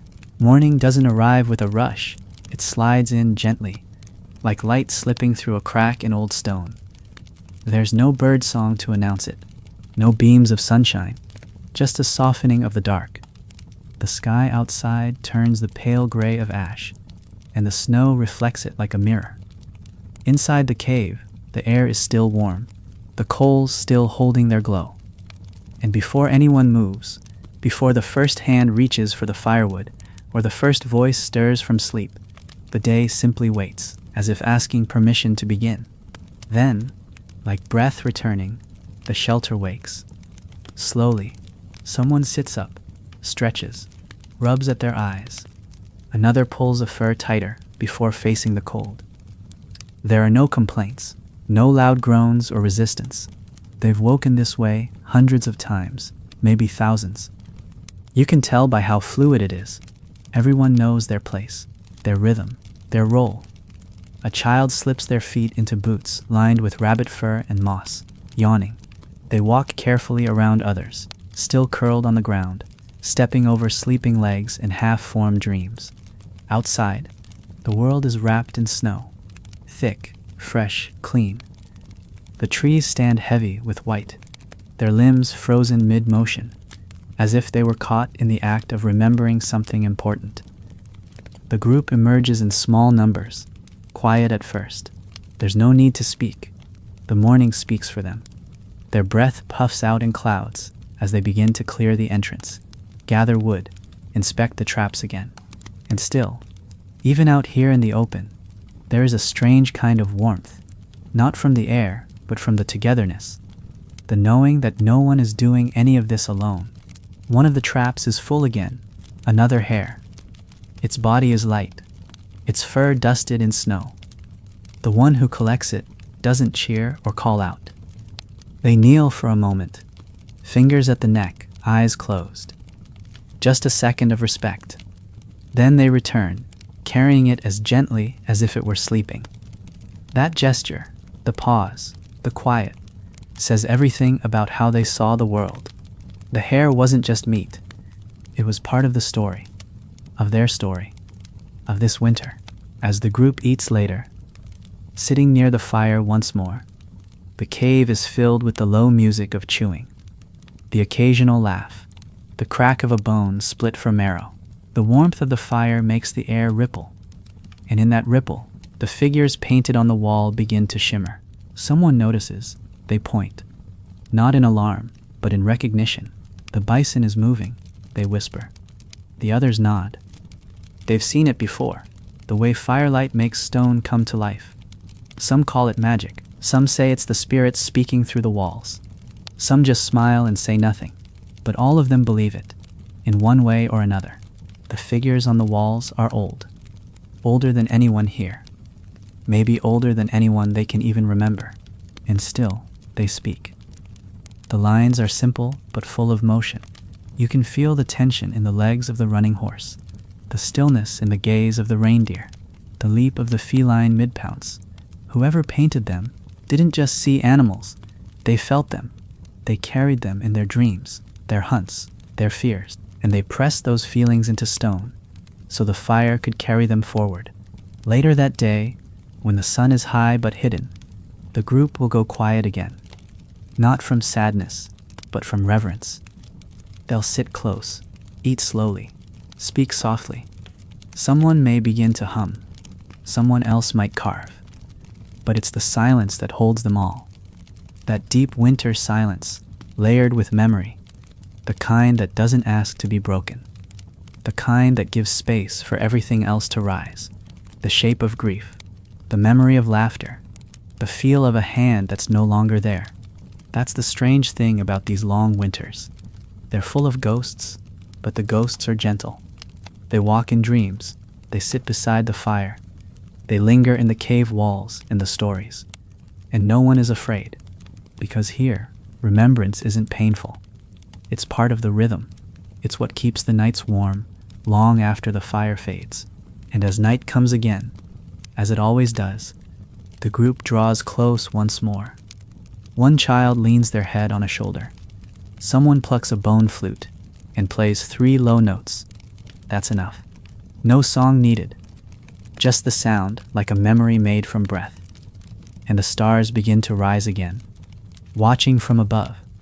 It's the kind of night where time feels endless. The kind where you lose track of how long you've been awake, or asleep, or somewhere in between. The fire glows like a heart now. Steady, deep. Not in flames, but in breath. Its light stretches just far enough to catch the edge of the cave's interior, illuminating the soft curve of the wall, where fingers once painted stories, where hands once marked presence. The people are quiet again, not out of fatigue, but out of respect, the kind of stillness that only winter invites. The youngest child is still awake, eyes wide, tucked under furs, staring at the ceiling. Their small hands clutch something, a piece of carved antler maybe, or a polished stone given to them by an elder. It's not a toy, it's an anchor. A reminder that even when everything outside is frozen and dark, something solid is still close. That's how they were taught. That objects carry memory, that they hold the weight of those who passed them down. To touch a smooth bead worn by a grandparent is to remember them without needing words. Nearby, two older children are whispering. They aren't scolded. Whispering is part of the night too. They're likely retelling a story, a tale they've heard many times before, but tonight it's theirs to carry. One repeats the line about the elk that outran the storm. The other laughs softly, correcting the detail. It wasn't an elk, it was a woman in an elk's skin. They argue quietly, lovingly, turning the story over in their hands like a stone, polishing it with breath and memory. This is how stories live, not as facts, but as living, breathing things passed through time. The older ones listen, but they don't interrupt. They smile into the fire. They've heard the story told a dozen ways, but that doesn't make it tired, it makes it treasured. Like a song that sounds different every time, even though the notes never change. The more it's told, the more it belongs to the people who carry it. One day, those whispering voices will sit near the fire and speak it aloud, and the next generation will lean in to listen, not because they don't know it, but because it still matters. A woman rises to tend the fire again. Her movements are quiet, sure. She's done this for many winters, and the rhythm lives in her hands. She places a split log gently, adjusts the coals with a stick smoothed by years of use. The fire responds immediately, rising just slightly, enough to push back the shadows.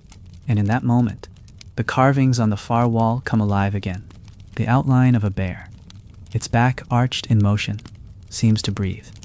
A bird in flight stretches across the stone, wings lifted as if in mid-beat.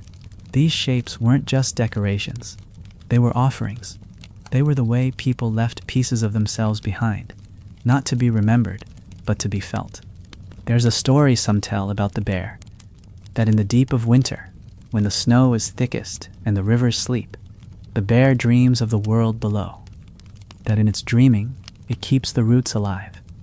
That if the people speak kindly and leave no waste, the bear will dream of them too. And when spring comes, it will rise slowly and remember who they are. Some believe the bear watches the cave.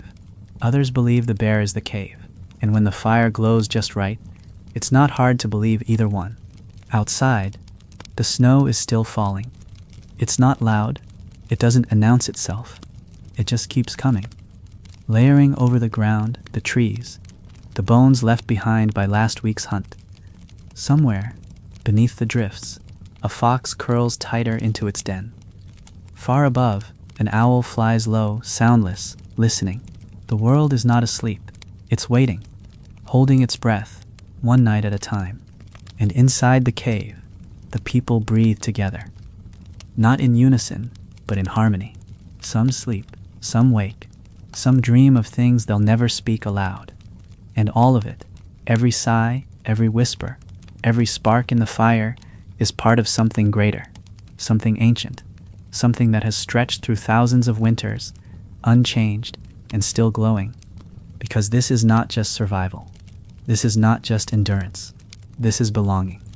Belonging to the land, to each other, to the rhythm of life that pulses even in the coldest night. And that, more than anything, is what made their winter nights so beautiful. The snow is deeper now, blanketing the cave entrance in soft drifts.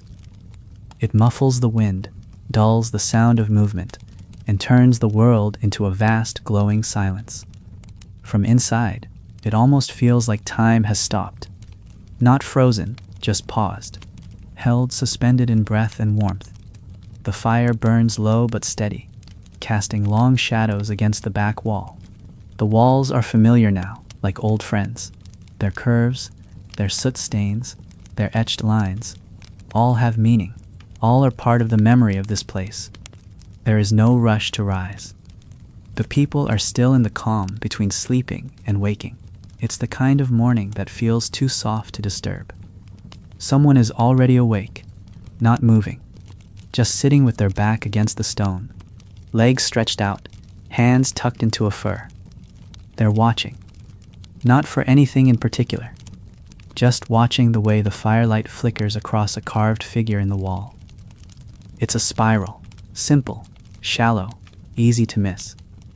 But they've seen it 100 times, and every time it feels different. Today it reminds them of the wind, or maybe the way the clouds moved the night before, or maybe a dream they had, half remembered, now drifting away like smoke. The rest of the group stirs slowly. A child sneezes. Someone coughs. Someone else hums, softly, tunelessly, just to fill the air.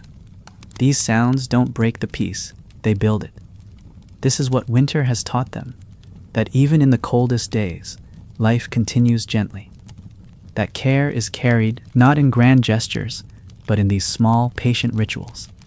A shared glance, a hand offering warmth, a word spoken at just the right time.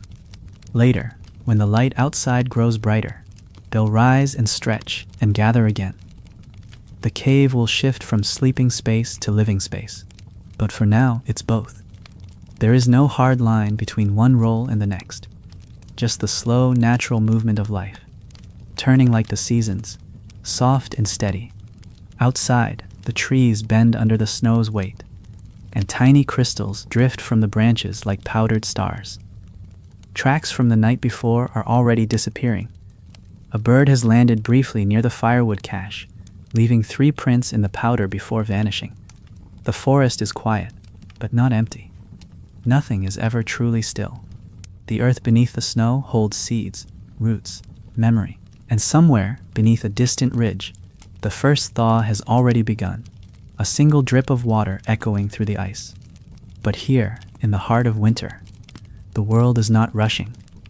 The group will spend this day as they've spent many before, mending, checking traps, sharing warmth. Someone will make a new thread from sinew. Someone else will test the edge of a flint blade, then pass it to another. Maybe they'll talk, maybe not. Maybe the only words spoken all morning will be a short story about the time the snow fell so fast they had to dig their way out of the shelter. Everyone laughs, not because it was funny then, but because they made it through.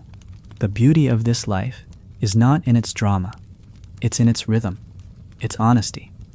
There is no pretending, no hiding. You cannot fake resilience in winter.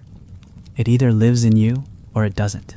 And for these people, it lives deep in the way they move, in the way they hold each other in the dark, in the way they carve memory into walls in bone and song.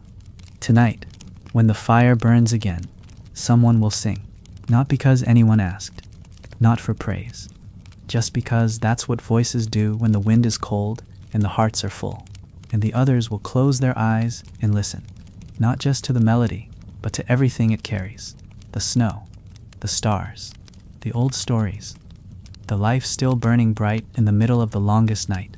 The cave is glowing again, not from the fire alone, but from the presence of people, warm bodies wrapped in fur, gentle voices rising and falling, tools clicking softly against stone. It's midday now, but outside it still feels like twilight. The sun, heavy behind thick clouds, casts only a faint light across the snowfields. There are no shadows, just soft gradients of gray and white. Inside, however, there is color, the deep orange of flame, the dark red of ochre stains on the wall, the black of soot-smudged hands. The world here is not empty. It is alive with meaning. Someone is boiling water in a carved stone basin, using heated rocks moved from the coals. It hisses and steams, carrying the smell of pine resin and wild herbs. This will become tea or medicine, depending on how you look at it.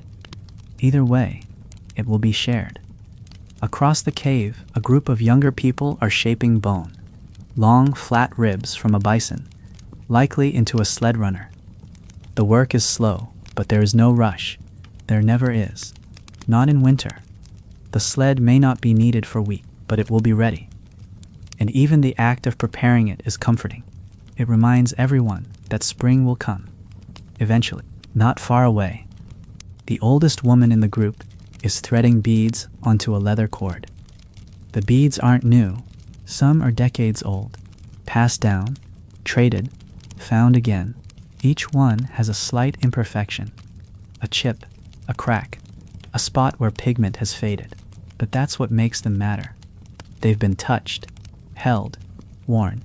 They carry the imprint of other winters, other hands, and as she threads them, she hums something.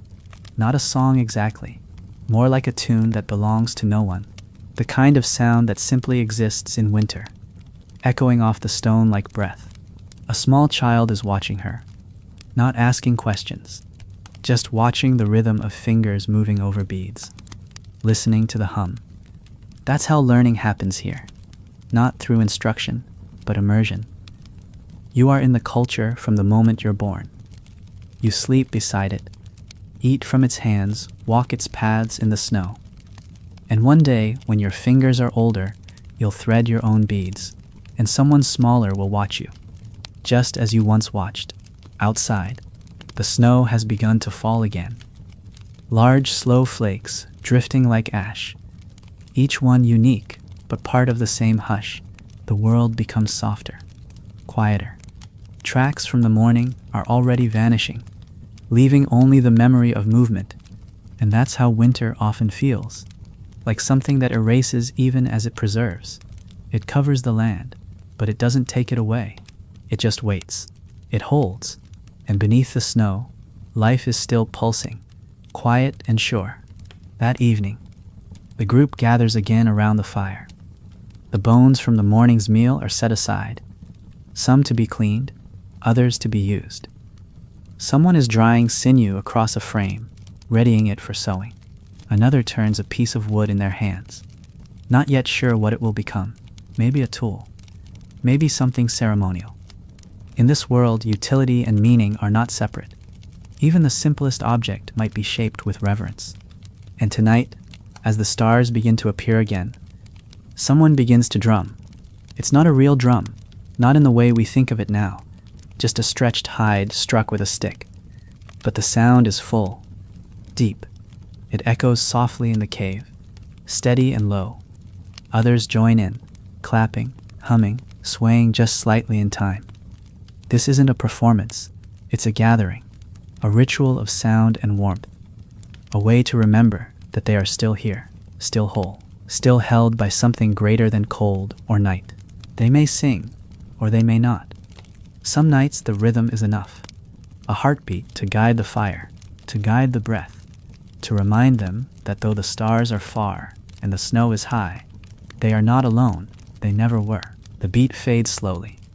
Like breath after exertion, it softens, settles, and finally disappears into the dark spaces between the flames. No one speaks right away. They simply sit together, breathing in the stillness, the rhythm left behind. It lingers in the body, that steady, pulsing echo, even after the sound is gone. Someone leans against a wall. Someone else stretches out a leg to rest their foot near the fire.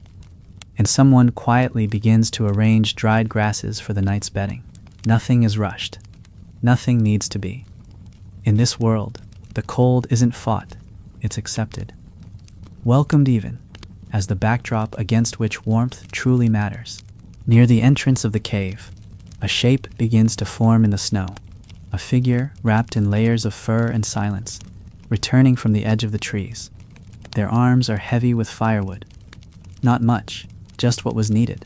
They step carefully through the thick snow, their footprints filling in behind them almost as fast as they're made. By the time they reach the mouth of the cave, the wind has softened all trace of their path. That, too, is part of winter. The way it reminds you how quickly the earth can forget your steps if you walk alone. But in here, nothing is forgotten. As they return, hands reach out to help, voices murmur thanks. The firewood is stacked with care beside the others. No piece is wasted. Every stick matters. Later tonight, it will become heat. And with that heat will come more stories, more sleep, more memory. There's a ritual tonight, a quiet one. No chants, no painted faces, just a circle formed a little tighter around the flames. One person, not the oldest, not the youngest, begins to speak, slowly.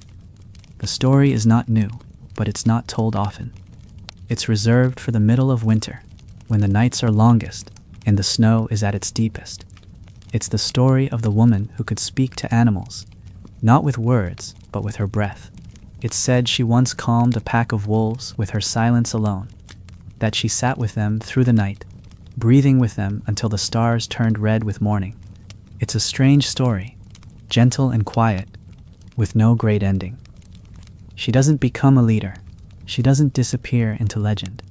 She simply lives, and in the telling of it, the cave itself seems to hold its breath. Even the fire burns lower, as if listening.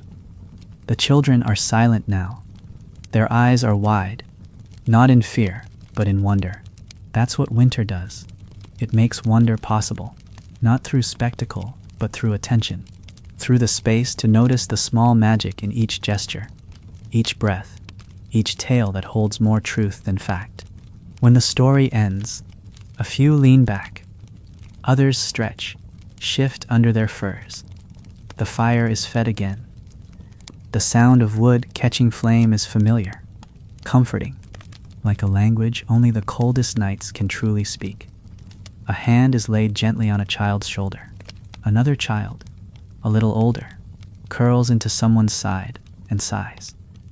That sound, that long, contented sigh, is maybe the most beautiful part of the whole night. It says, without words, I am safe, I am warm, I am here. Later, as sleep returns, someone will walk to the mouth of the cave one last time, just to look, not for danger, not even out of habit, just to see, to breathe the night air, to feel the cold against their face, to watch the snow fall over their footprints again. They'll look up, and there will be stars, thousands of them, clear, sharp, endless, and for a moment, they'll remember not just their own stories, but the stories that came before, the hands that painted this cave, the breath that passed through these same stones, the fire that was lit again and again, so that this night could happen. And then they'll turn, step inside, and let the dark close gently behind them. Not in fear, but in peace. The fire is dim now, low but alive, like a deep heartbeat in the belly of the cave. Its glow barely reaches the edges of the walls anymore, but it doesn't need to. By now, everyone has settled. The cave breathes in unison, slow, warm, steady. Furs rustle as people shift in their sleep, but most are still. There's a softness in the silence that only comes after days of cold and closeness. A calm earned, not given. Outside, snow still falls, but it's gentler now. A whisper instead of a storm. In one corner, near a smooth spot on the wall, a figure sits awake. Their legs are crossed, hands resting in their lap, eyes half closed. They're not watching the fire or staring into space. They're remembering. Sometimes winter nights aren't about sleep. They're about sifting through memory, not to relive, but to understand, to trace the lines backward, to wonder what it all means. They think about the time a mammoth passed close by, silent as a shadow. They think of the story told 3 nights ago, about the woman who walked into the woods and returned with stars in her hair. They think of a song someone hummed last winter that no one has sung since. Memory is fluid here, not locked in words or scrolls, but kept in breath and bone, in shared meals and the curve of a tool. The cave walls hold more than just pictures. They hold moments. You can feel them sometimes when you run your hand across the surface. Warmth in a place where there shouldn't be any. The slight echo of laughter or grief that lingers long after the sound is gone. These people never thought of themselves as ancient, but they knew the past lived inside them, that every winter survived added another layer to the story of who they were. Not far from the fire, a mother and child sleep pressed together. The child's hand is curled around a bit of polished stone. The mother breathes through her nose, soft and even. They are bundled so tightly, you can't see where one ends and the other begins.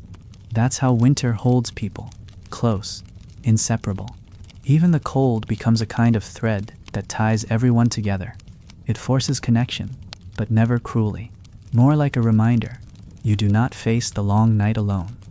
From deeper in the cave, there's a sudden shift, a dream. Someone murmurs a name. No one answers, but the sound isn't lost. In this space, even sleep listens. Maybe it was the name of an ancestor, maybe of a lost friend, or a spirit remembered only in winter. The kind of name you only say out loud when the night is long enough to carry it somewhere it will be heard. Above, the stars continue their quiet work, crossing the sky, guiding without demanding. Long ago, someone mapped them, not with ink, but with thought. With stories told beside fires like this one. That one is the elk, someone might whisper, pointing with a finger, covered in soot. That one is the hunter. That one is the girl who waited. They're not constellations in the way we think of them now. They're reminders that someone was here before, looking at the same cold lights, wondering the same things. Back in the cave, the watcher by the wall finally moves. They stand, stretch slowly, careful not to wake anyone. A few coals pop as they adjust the fire, stirring it just enough to keep it breathing. Then they lie down too, folding their body beneath a worn fur, the warmth still lingering from the last person to rest there. The cave holds that warmth. It doesn't vanish. It seeps into the stone, the ground, the air, like love, like memory, like story. And just before sleep comes, the watcher lets out one long exhale. The kind that empties you completely. The kind that makes space for rest, for dream, for whatever comes next. Dawn arrives without brilliance.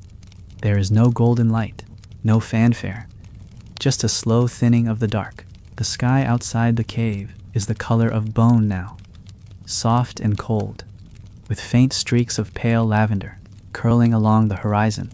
It's not the kind of sunrise you notice unless you're looking for it. But someone is.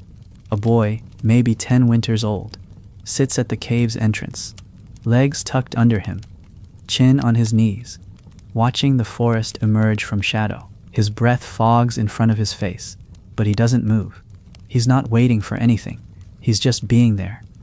That's something these nights have taught him. Behind him, the others stir. Not quickly, not all at once.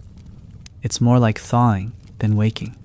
Slow, organic, inevitable. The fire is still warm, still alive, a faithful thread running from the night before. Someone pulls themselves up to sitting, rubbing their hands together, and someone else yawns so deeply their breath seems to echo off the walls. It's another morning, and in that fact alone, there's something sacred. Another night survived, another chance to feed the flame, another moment to press memory into time. The boy at the entrance hears the soft steps behind him, someone coming to join him. It's the elder again, walking with care, furs pulled tight around their shoulders. They sit beside the boy, close but not touching, and together they watch the snow-slow world blink open. Below them, in the valley, the trees seem to hold their breath. There are no birds, not yet. No animal prints disturb the soft white surface. But there's something in the air, a stillness that feels less like emptiness and more like preparation. The elder speaks after a long while, voice soft and dry. There'll be a thaw soon. The boy nods, though he doesn't know how they know. He just believes them. Back inside, the cave is returning to life. One person unwraps a bundle of dried meat. Another sharpens a bone awl with steady, thoughtful movements. There's a rhythm to it, not hurried, not lazy, just right. The kind of rhythm that comes from knowing exactly what is needed and nothing more. It's not survival in the way we often imagine it, desperate, dramatic, full of struggle. It's survival as an art form, a practice, a way of life where every motion is deliberate, and every small act, mending, carrying, preparing, holds dignity. That afternoon, someone brings out the bear figurine again. The same small carving that's been passed from hand to hand over the seasons. It's worn smooth now, polished by countless fingers. A child holds it up to the light and asks, "Was this from the first winter?" No one answers with certainty, but the silence says more than words might. Maybe it was, maybe it wasn't. but it feels like it was. And that's enough. Its age doesn't matter. What matters is that it's still here, that it's theirs. That evening, the group eats together again. Dried roots, some stored berries, thin strips of smoked meat softened over the fire. Not a feast, not even variety, but it's warm. It's enough. They eat slowly, talking less than usual, not from sadness, from fullness. The kind that isn't just in the belly, but in the spirit. The fire crackles as it always does, and when someone begins to hum, it takes only a few moments for others to join in. No words, just tones, harmonies, the sound of people being together in a place that holds them like a cradle. The night falls fully now. The stars are back, clear, ancient, unmoving, and for the first time in many days, the moon is visible. Thin, sharp-edged, quiet in its brightness. Its light touches the edges of the cave's interior, tracing the outlines of sleeping firs, glinting off the curves of carved antler, catching the gleam of a painted bison's eye. The people settle in again. A baby stirs, then calms. A hand brushes hair back from a brow. The silence grows deeper, but never empty. In the dark, someone whispers a name. Maybe their own. Maybe someone gone. The sound is barely audible, less than a breath, but it stays in the air, like smoke, like memory, like the light of a star that left its home 1,000 years ago, and still hasn't finished arriving. The cave holds one last breath of winter. Outside, the wind has stilled. No flurries tonight, no snowfall sweeping past the trees, just a quiet so complete. It feels like the earth itself is pausing, listening. Inside, the fire is low, not dying, just resting. Its glow casts long, gentle shadows along the walls. The people are tucked in close, shapes nestled under firs, rising and falling in sleep. But the warmth that fills the cave now isn't just from flame. It's from everything they've given each other over the long nights. Stories, songs, memory, presence. One person, the boy from the morning, is still awake. He lies on his side, eyes half closed, watching the coals shift. Every now and then, one crackles, sending up a brief flare of orange light. He watches as that light dances across the old handprints, the faded paintings, the tools arranged with care along the stone ledge. His body is still, but inside, his mind is running, through stories, through the curve of the deer's path, through the howl he once heard in the night and didn't understand until it stopped. These are the thoughts that live inside a person when the world outside is frozen. Slow, wide thoughts, shaped like dreams. The others breathe softly around him. Some snore, some shift. One mutters a phrase in sleep, a word too quiet to catch. And still, the cave holds them, like a parent, like a memory. These people don't think of themselves as ancient, but they will be, one day. Someone will find their bones, their beads, their fire pit, and wonder who they were, and the answer won't be in the artifacts. It will be here, in this night, in the way the boy watches the fire, in the way the stories were told, in the way they survived, not just with tools and skill, but with care, because that's the true magic of these beautiful winter nights. Not the fire, not the shelter, not even the stories, but the way the people held one another, in voice, in warmth, in memory. They faced the vast cold, not with fear, but with hands outstretched, with eyes open, with hearts full. And it's that, not their tools, not their struggles, that still glows brightest thousands of years later. The fact that even in the deepest dark, they still looked for light in each other. The boy eventually closes his eyes. The fire burns low, but doesn't go out. It will keep glowing until morning, until the snow begins to melt, and the river cracks open, and the birds return to the trees. But even when it fades, the warmth will remain. In the stories, in the carved bones, in the painted walls. It will remain in us too, because we are not separate from them. We are their echo. Their fire lives in us. And here, on these long winter nights, when the stars are sharp and the wind is still, We can feel it, the same stillness, the same hush, the same breath of the earth. We light our own small fires. We gather, we remember, and for a moment we are back in that cave, beneath the stone, surrounded by silence, telling stories to the night. Thank you so much for spending this time with me tonight. If you're still here, still listening, I want you to know I appreciate you deeply. Before you drift off to sleep, maybe leave a comment, let me know where you're listening from, and what time it is for you right now. I love seeing your stories, and it helps others know they're not alone either. If you haven't yet, feel free to subscribe. There are more journeys like this ahead, and if you found peace here tonight, I hope you'll come back again. There's always another fire waiting to be lit. Until then, rest well, and remember, even the coldest night once held the warmest hearts.